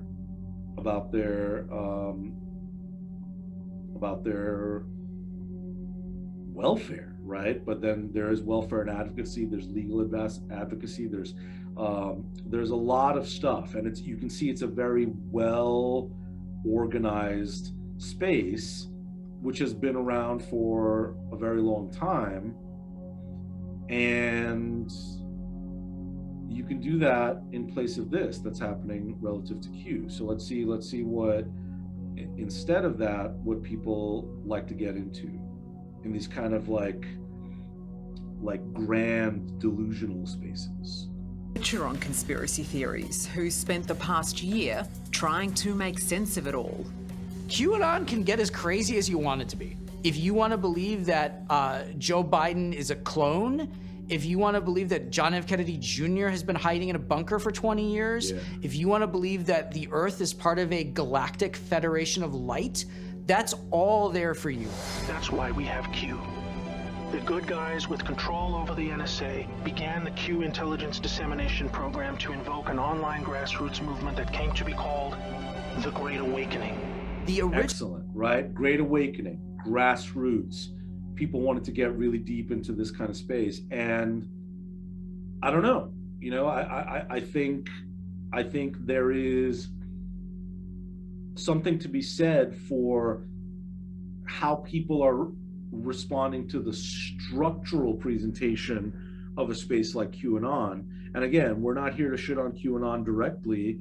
We definitely have perceptions around that kind of a space, but the idea that there is a driving intrapersonal, like within oneself, need to expand thinking, to engage in a great awakening, to really change the systems that are at play, that are harmful to the children that we care about and to the family members that we care about.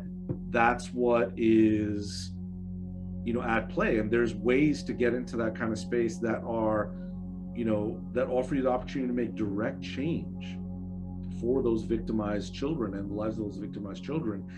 But let's see what's more that these individuals want. They want something greater. They want something big. The original prophecy of QAnon is that Donald Trump is going to unleash a purge, a mass arrest of the pedophile cabal that runs the world. Well, Donald Trump can't do that anymore, but they're not going to give up on believing QAnon. They've come too far. They've sacrificed too much. This is too much a part of who they are to walk away from it. Save our children!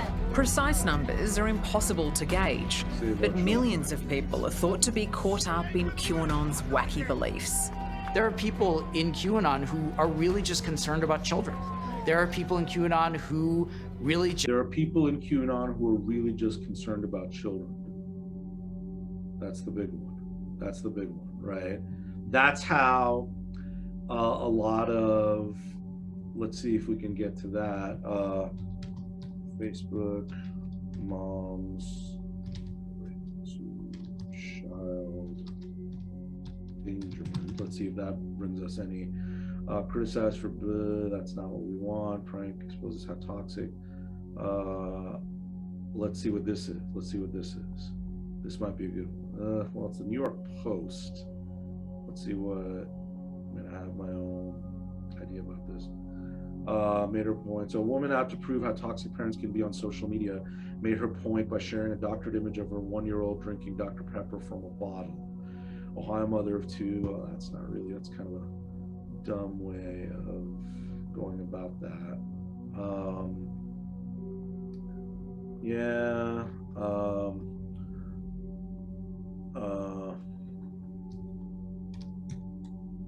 Let's see how moms are radicalized. Well, let's see what Facebook knew, right? Let's see what Facebook knew about radicalizing its users, right? So internal Facebook documents detail researchers employed by the company found that the platform radicalized some users and created fringe groups with outsized impact. Let's see what that does. So summer of 29, Facebook user named Carol Smith signed up for the platform, describing herself as a politically conservative mother from Wilmington, North Carolina. Smith's account indicated interest in politics, parenting, and Christianity, and followed a few of her favorite brands, including Fox News and then President Donald Trump. She didn't follow the recommended QAnon groups, but whatever algorithm Facebook was using to determine how she should engage with the platform pushed ahead just the same. Within 1 week, Smith's feed was full of groups and pages that had violated Facebook's own rules, including those against hate speech and disinformation. Let's see. I'm looking for information and people I trust. That's why I use Express Scripts Pharmacy. Their pharmacists are there to answer my questions 24/7 and help me make the right decisions. They know me, and they know pharmacy. Yes, they do. They do. For years, Facebook has been studying practically every social ill that plagues its platforms, from misinformation to threats of violence. And newly revealed documents show the company appears to be at war with itself as to what should be done about it. In a post called "What is Collateral Damage" on an internal message board, an employee says when it comes to misinformation, Facebook's core mechanics allow potentially dangerous and harmful content to flourish. Divisive posts and comments, researchers warn, seem to be better for business. Researchers also created fictitious accounts to examine where Facebook's rules and recommendations sent them. One, set up to follow conservative news, got conspiracy recommendations after only 2 days. We asked Facebook's head of content policy whether these problems... Yeah, so it's not only the Trump campaign, not only conservative politicians who have become very aware of this need that people have in their base to self-actualize, to become instrumental in changing the conditions of very negative things that they perceive in society across our culture, and they want to change those things. And not only were politicians complicit in creating the fervor around that, but it was also social media platforms like Facebook. So you guys know all of this, and this is how they went into it. So let's continue to see how our QAnon followers, in such a way as we just saw, were radicalized further. Just hate Hillary Clinton. And there are people who do want to overthrow the government. Yep. So it appeals to almost everybody. They want to overthrow the government because the government is perceived as the source of multiple problems. This is true, folks. This is true. When you come from a lens of social risk factors, to be sure, institutionalized spaces, the government, but we got to look at government in terms of public health, public education, public housing, public food security, which is intended to address food insecurity, government-run child welfare organizations. These are the places where a lot of systemic problems occur. A lot of issues are structurally in place to disadvantage minority groups, groups of color, low socioeconomic groups, because higher socioeconomic groups are not pursuing or qualified for this type of help, right? So, sorry, we're letting Nadine back in. She had popped off here for a second. So as Nadine's coming back in, we're going to look and see that this is a problem that is not just in the government space, it is also there in the larger economic structure that we have in place. And that is an economic structure in which many people from the QAnon space, they don't want to feel complicit. They don't want to feel like, oh, it's the lifestyles that we are living and the lifestyles that we are furthering based on our consumer interests and our economic base. We don't want to be at fault for child endangerment or a lot of the systemic oppression issues that exist. We don't want to take responsibility for that, so we're just going to put it over here that it is the fault of a group of secret evil people, right? Or not so secret evil people, but not take responsibility for the fact that it's the economic structures that we exist in that keep certain people down and bolster other people up. So let's see how they make sense of that. Everybody, and it really is almost anybody that can be sucked into it. We'll be looking into that over the next short period. Incredibly, it all stems from a single offhand comment made by Donald Trump in October 2017. You guys know what this represents? He was having dinner with a bunch of uniformed military higher-ups, and he said, maybe it's the calm before the storm. This could be the calm before the storm. What's the storm? Could be the calm before the storm. And the press was like, what are you talking about? What storm, Mr. President? You'll find out. Now, in reality, he wasn't saying anything. That's just cheeky right there. Oh, you'll find out. Come on, man. You're the president. You're not supposed to be coy. You're not supposed to be like, oh, you'll find out what's going to happen. Got a little surprise for you. No, bro. You're the president. No surprises. Reassurance. Like that's crazy. But yeah, so I mean, we were talking about this idea that like it's for people from QAnon who, as this guy said, there are people there who just care about children. They care about children and the welfare of children. So they're like, I'm going to do something about that. But rather than engage in guardian ad litem, they'll deal with the horrible, dark, evil government, and they'll move into this space. But I think they'll move into this space willingly because it goes back to what your colleague said to you: take another street. Don't look at the real problems that exist around you and channel all of that energy that you have into problems that don't shine a light on your own like issues, right? Just Yeah. just the reality that you're just working a day-to-day job. You're not a wealthy person. You're just working a day-to-day job, and you're like, oh, honey, I had a hard day at work. Give me that Budweiser and let me drink. But that regular life and that regular job that you have that provides you the life that you have still provides you much more, let's say, for example, much more home than you need. You know, but that sounds very socialistic of you there, Siraj. But the idea is people don't confront themselves with that. Why do I live, let's say, in this 4-bedroom, 2-bath with 2 or 3 people, and there are people who are a family of 6 or 7 that live in a 2-bedroom apartment, right? Like they just make that happen. They make that work. And just confronting the idea that that exists is difficult. So instead, like, fuck, I don't want to look at that. I don't want to look at wage inequity. I don't want to look at making more than other people who come from other groups or minority groups. I don't want to look at any of that stuff. So focus. Hillary Clinton, lizard person, gotta deal with the evil cabal. And that's like a big, I feel like that's a larger example of like something that I have gone through as I've like been developing myself. You're confronted with like ugly truths about yourself that you need to address, and that's a difficult thing to look at and really like start to focus in on that instead of just looking at like the outward, things that are going on.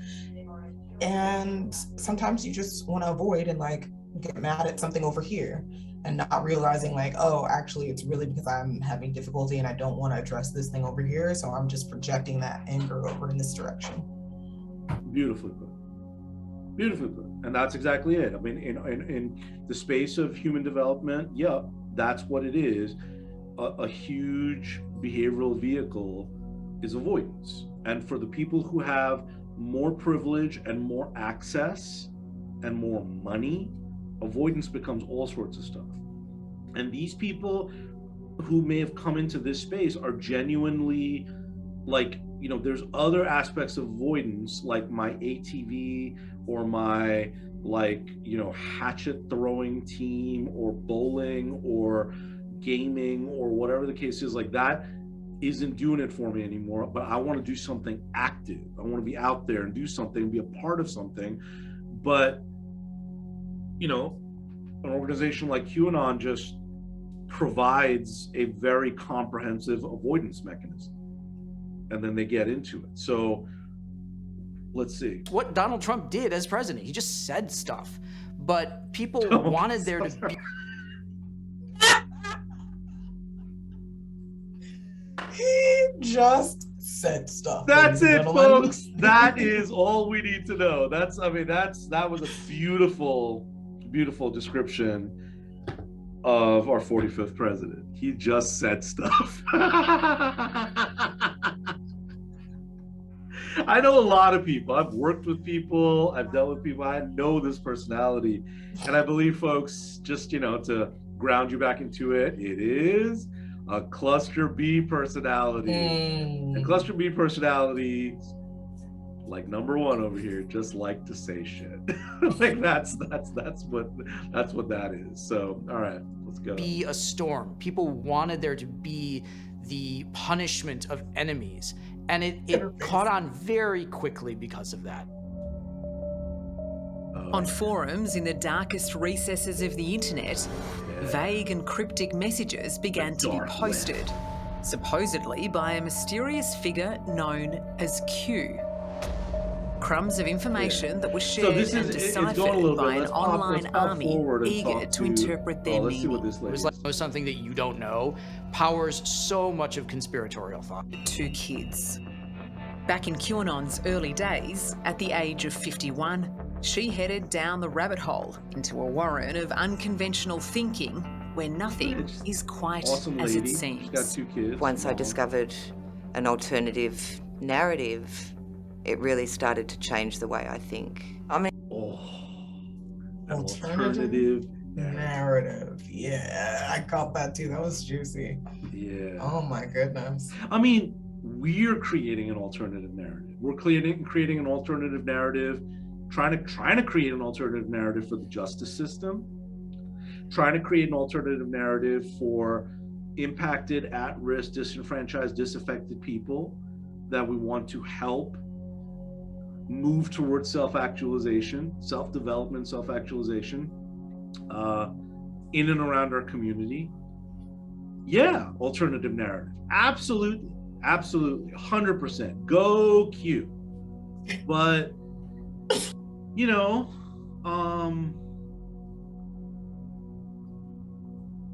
what the fuck, man? Like, I went as far as aliens. That's what we're going to do. I mean, not, and again, not you're crazy, but bro, lady, down the road, there is shit for you to worry about. That's it.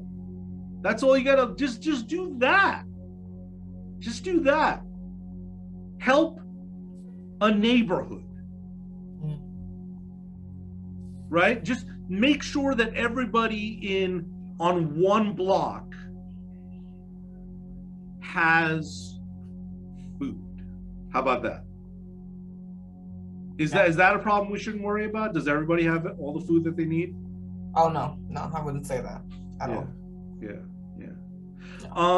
Let me ask you, Nadine, do you go to the grocery store in your car? No. What I do is I take the bus, and usually I take my child stroller, which people ask me why I still have it. It's because it's kind of my car. Like, I load it up and listen to everyone tell me how full my hands are, and like, oh my goodness, why'd you do that? It's like, this is what I have to do to make sure that my kids have food. And that's a difficult journey. Yeah. How close is that grocery store to you? It's a couple miles. Right. Yeah. Yes. Fine. There's stores like in my neighborhood, but they're nowhere near like grocery. They don't have groceries. They have snacks. They're way overpriced. Like, take complete advantage that they're the closest thing. And they may have like a gallon of milk and like a loaf of bread, but the gallon of milk is like $7 and the loaf of bread is like $4. When if convenience store. I mean, I don't like to call it that. Like, a close store, a corner store. There we go. We can stick with that. Yeah. Has that concept of ease of access come up for you relative to food security? Okay, wait. Now what now? Sorry. Does that affect? Make it difficult for you to have what you need for your family's nutritional health? Yeah, it's I mean, some of the factors is that like the stuff that we really need to eat to be healthy is super expensive, but then even getting to the store is such a challenge, you know. After there's honestly like sometimes there is just not enough time for me to take a 3-hour trip to go get everything that we need. And especially when you're like, all right, I'm gonna get a few things here, a few things there. It doesn't work. It doesn't really work well. I mean, I make it work definitely as much as I can, but yeah, it's very difficult. My privilege is where I live. If I wasn't a fat, lazy fuck, like, I could walk to a really good grocery store, maybe have like a wagon or like just a backpack, big sack where I could put a bunch of groceries in and hike back to my house. I could ride my bike and have side saddles because the grocery store is less than a mile away. Mm-hmm. And it's because in my neighborhood, this is like what you see all across America. You know, you just see it's a strip mall with like an Ace Hardware and a Publix and a sushi restaurant, a Subway, and a, you know, UPS store. All of your needs, they're just right there. But where Nadine lives, the grocery store is further away, there aren't easy walk pathways. Like I have a place where when I'm riding and walking where I am, there's like people like, hi, just a little baby stroller and going for a jog. And it's all very just America, you know, make America great again. Make it like this neighborhood, not like Nadine's, right? And that's just not there. And those are real issues. So what if like a whole group of QAnon people went to the city council meeting and just said, we got to do something about food insecurity in Gainesville, and there are certain neighborhoods where we have to like meet with the private corporations like Publix and Winn-Dixie and places like that, and ask them to move stores closer, because they can certainly do that. They can develop, they just don't feel. Tell me, why wouldn't Publix want to move near your neighborhood? I mean, obviously, to me, it seems like I'm not valued, and people in my neighborhood are not valued. Like, I don't understand why, because I certainly shop at Publix. Like, I shop at different stores, and I know people in my neighborhood shop at Publix. I don't know why Publix because is not the here. places where Publix puts its food stores, right, are places where they know people are going to walk out with $400 or $500 worth of stuff it into the back of their Tahoe or their Suburban, and drive 2 or 3 minutes to their house and unload all of that. And that's the kind of business they want. They don't want the business that you may give them. And I can't afford that kind of stuff. I buy like staple Certain stuff, things, basic, and like, you know, maybe I have a little bit more to spend than you may have. There's plenty of people who have way more to spend. I mean, I walk out and like a lot of the time, you know, I mean, I know I'm the guy. Here's who I am, folks. I'm the guy you want to get behind in line at the grocery store, because you're like, oh, that guy doesn't have a lot of stuff, so it'll go quick. But the lady next to me has like a mountain of shit, and it's like, oh God. So that's a reality, right? But if QAnon put in that effort, they could change something there. They could really change something, but it's not the problem that they're looking at, right? Right. Why is that? Like, what is this lady? She wants something. She wants to look at a problem. Let's I mean, see what is there, 4,953 Q posts. And you work through every one of them? I've read every one of them. Holy shit. Yeah. 5,000. Or I've listened to someone interpret every one of them. So for you, Q is a person? Q's more than one person, and I believe it's a team of people with very high level intelligence clearance, and that comes through with some of the posts that Q has put out. It's time to research for yourself. You will find many things, among them an unprecedented number. With the dedication of a scholar. Research for yourself. Here's we're going to give you what you can research within, right? It's not like actually gaining other perspectives. I mean, literally, you're not looking at the problems, you know, these are the problems in your neighborhood. Like, you're not looking at that. It reminds me of like, what it made me think of is like, you know, go research this yourself, but it's like you've already kind of played on someone's, you know, for lack of a better term, someone's fears. Like, what are they gonna be researching but more fear-fueled stuff? Like, right. Alternate reality, forming her own worldview, very different to that of mainstream society. It probably makes me sound like a conspiracy theorist, and I'm quite happy to wear that tag if people want me to be that. But are you a conspiracy theorist? No, I just believe in questioning. I was always a bit suspicious about the 9/11 thing. So you don't believe 9/11 happened? Oh, I don't know whether it did or not. It hasn't been proven either way. I don't know who the people were that flew planes in. The murder of JFK, the murder of JFK Jr. You think there was a deep state conspiracy behind that? I think there's a deep state group of people that are behind that, yeah. This could get me into big trouble, you know. But shitty cops killing black men all the time. is not a conspiracy. I mean, it's like no one wants to look at that. No one wants to look at, here's a conspiracy, right? The conspiracy of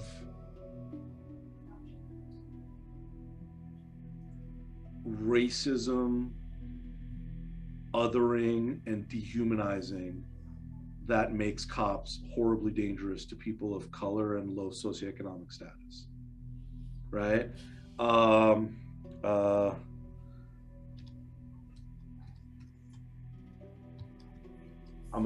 Watch what I'm gonna look.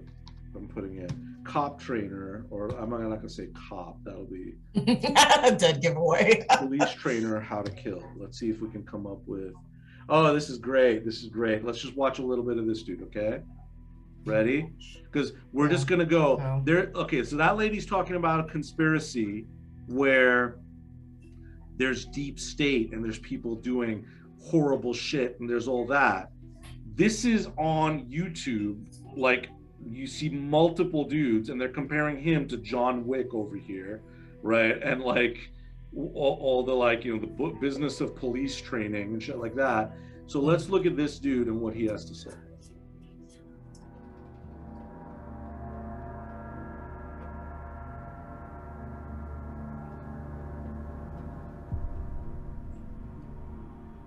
Now, folks, let's be honest. I grew up in a law enforcement family. Maybe there was a day when if a man was asked for an ass whooping, it's a cop's job to give it to him, yes? Time for Rockford Ladder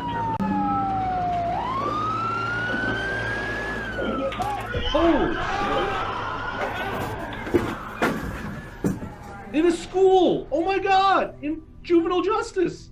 Well, that day is gone. If it ever existed, it's gone today. There is no action you can engage in that will not be on CNN and YouTube tomorrow morning. You don't have to like it. You got to accept it. It's called reality. There's cameras and umpires everywhere. They're like, fuck, people are watching us now. Ex-Army Ranger turned police trainer. What we want in a modern liberal democracy in our army is we want to turn violence on and off like a faucet. Now, you make the point that while killing may be an inherent taboo, it's something that can be learned. The only way you make a frightened person react in a certain way is to drill it into them, to make it a conditioned response. Conditioned response, that as soon as you see an enemy, right, you kill. As soon as you see an enemy, you kill. Every species, every mammal has a powerful built-in resistance against killing their own kind. Now you begin the process what a shitty of problem. orchestrating the instruments together in Killing a your own symphony. kind. Oh, but you can kill not your kind, right? Who are not your kind? That's what I'm like. Do you mean humans, or should we gotta go a little deeper? Yeah, we other in a lot of different ways. Maybe I'm not this guy's kind. Maybe he looks at me and he's like, well, he's probably trained to look at a guy like me and to be immediately suspicious that I'm going to be doing some shit, because that's where he went to places, countries filled with people like me, and he just went in there and said, those people bad, kill. Awesome. And destruction! Holy shit, you're like, let's get killing! This is horrible. Past 20 years, he's been paid by local police departments to train officers on his philosophy of killing. He's booked nearly 200 days a year.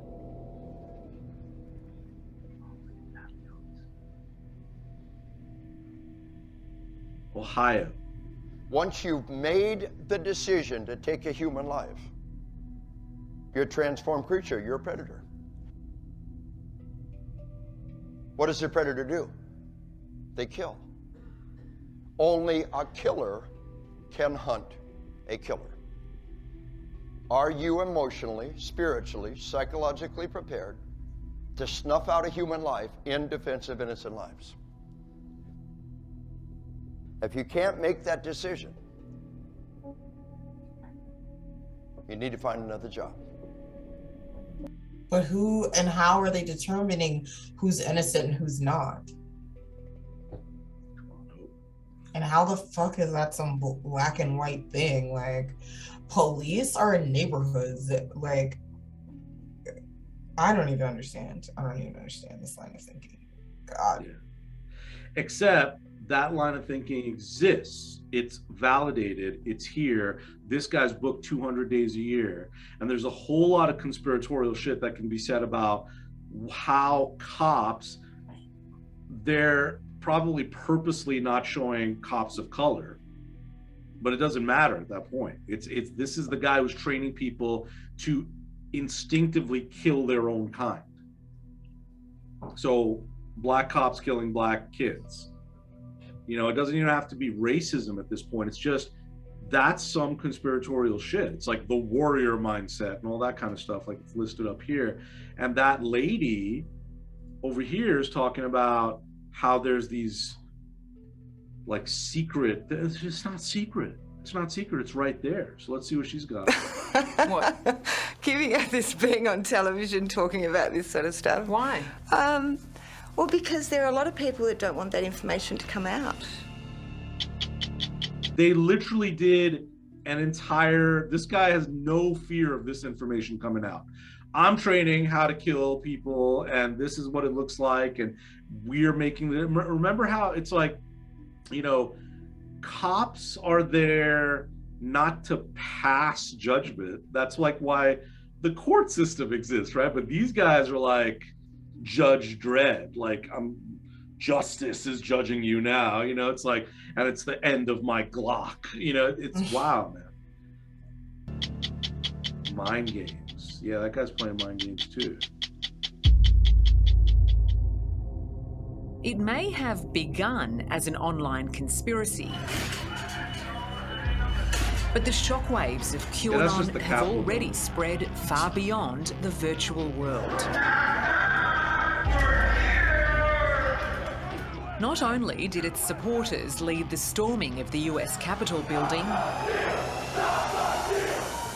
kidnaps, assassination plots, and murder have all been linked to QAnon fanatics, including this bombing in Nashville on Christmas Day, carried out by a man convinced the world is controlled by a race of reptiles disguised as humans. You know? Excellent. Excellent. Excellent work.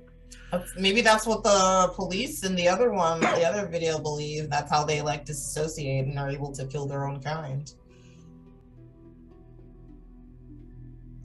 Except the far greater example of that, of othering, is not reptilian race, it's black and brown people. Yeah. So we're going to keep going with it, right? Because it is not the Q thinking or the killer cop thinking. Remember, like, it doesn't say on the side of the car, it says to protect and serve. At least it used to when I was younger. On the side of New York City cop cars, it says to protect and serve, rather than to do what a predator does and kill. Only a killer can hunt another killer. Like, there wasn't enough room on the side of the car for all that shit, right? Oh my God. So this is, I think this is an important line of inquiry. We're going to keep at this, folks, and we're really going to examine things consistently through this lens of what are the internal drivers, internal human drivers that are bringing people to places of, you know, from extreme emptiness to extreme action, right? Extreme action. So, well, for Nadine Pueros, for Dr. Siraj, this has been another deep dive, like wading deep into the deep end of the pool, and we'll see you guys on our next stream. See ya.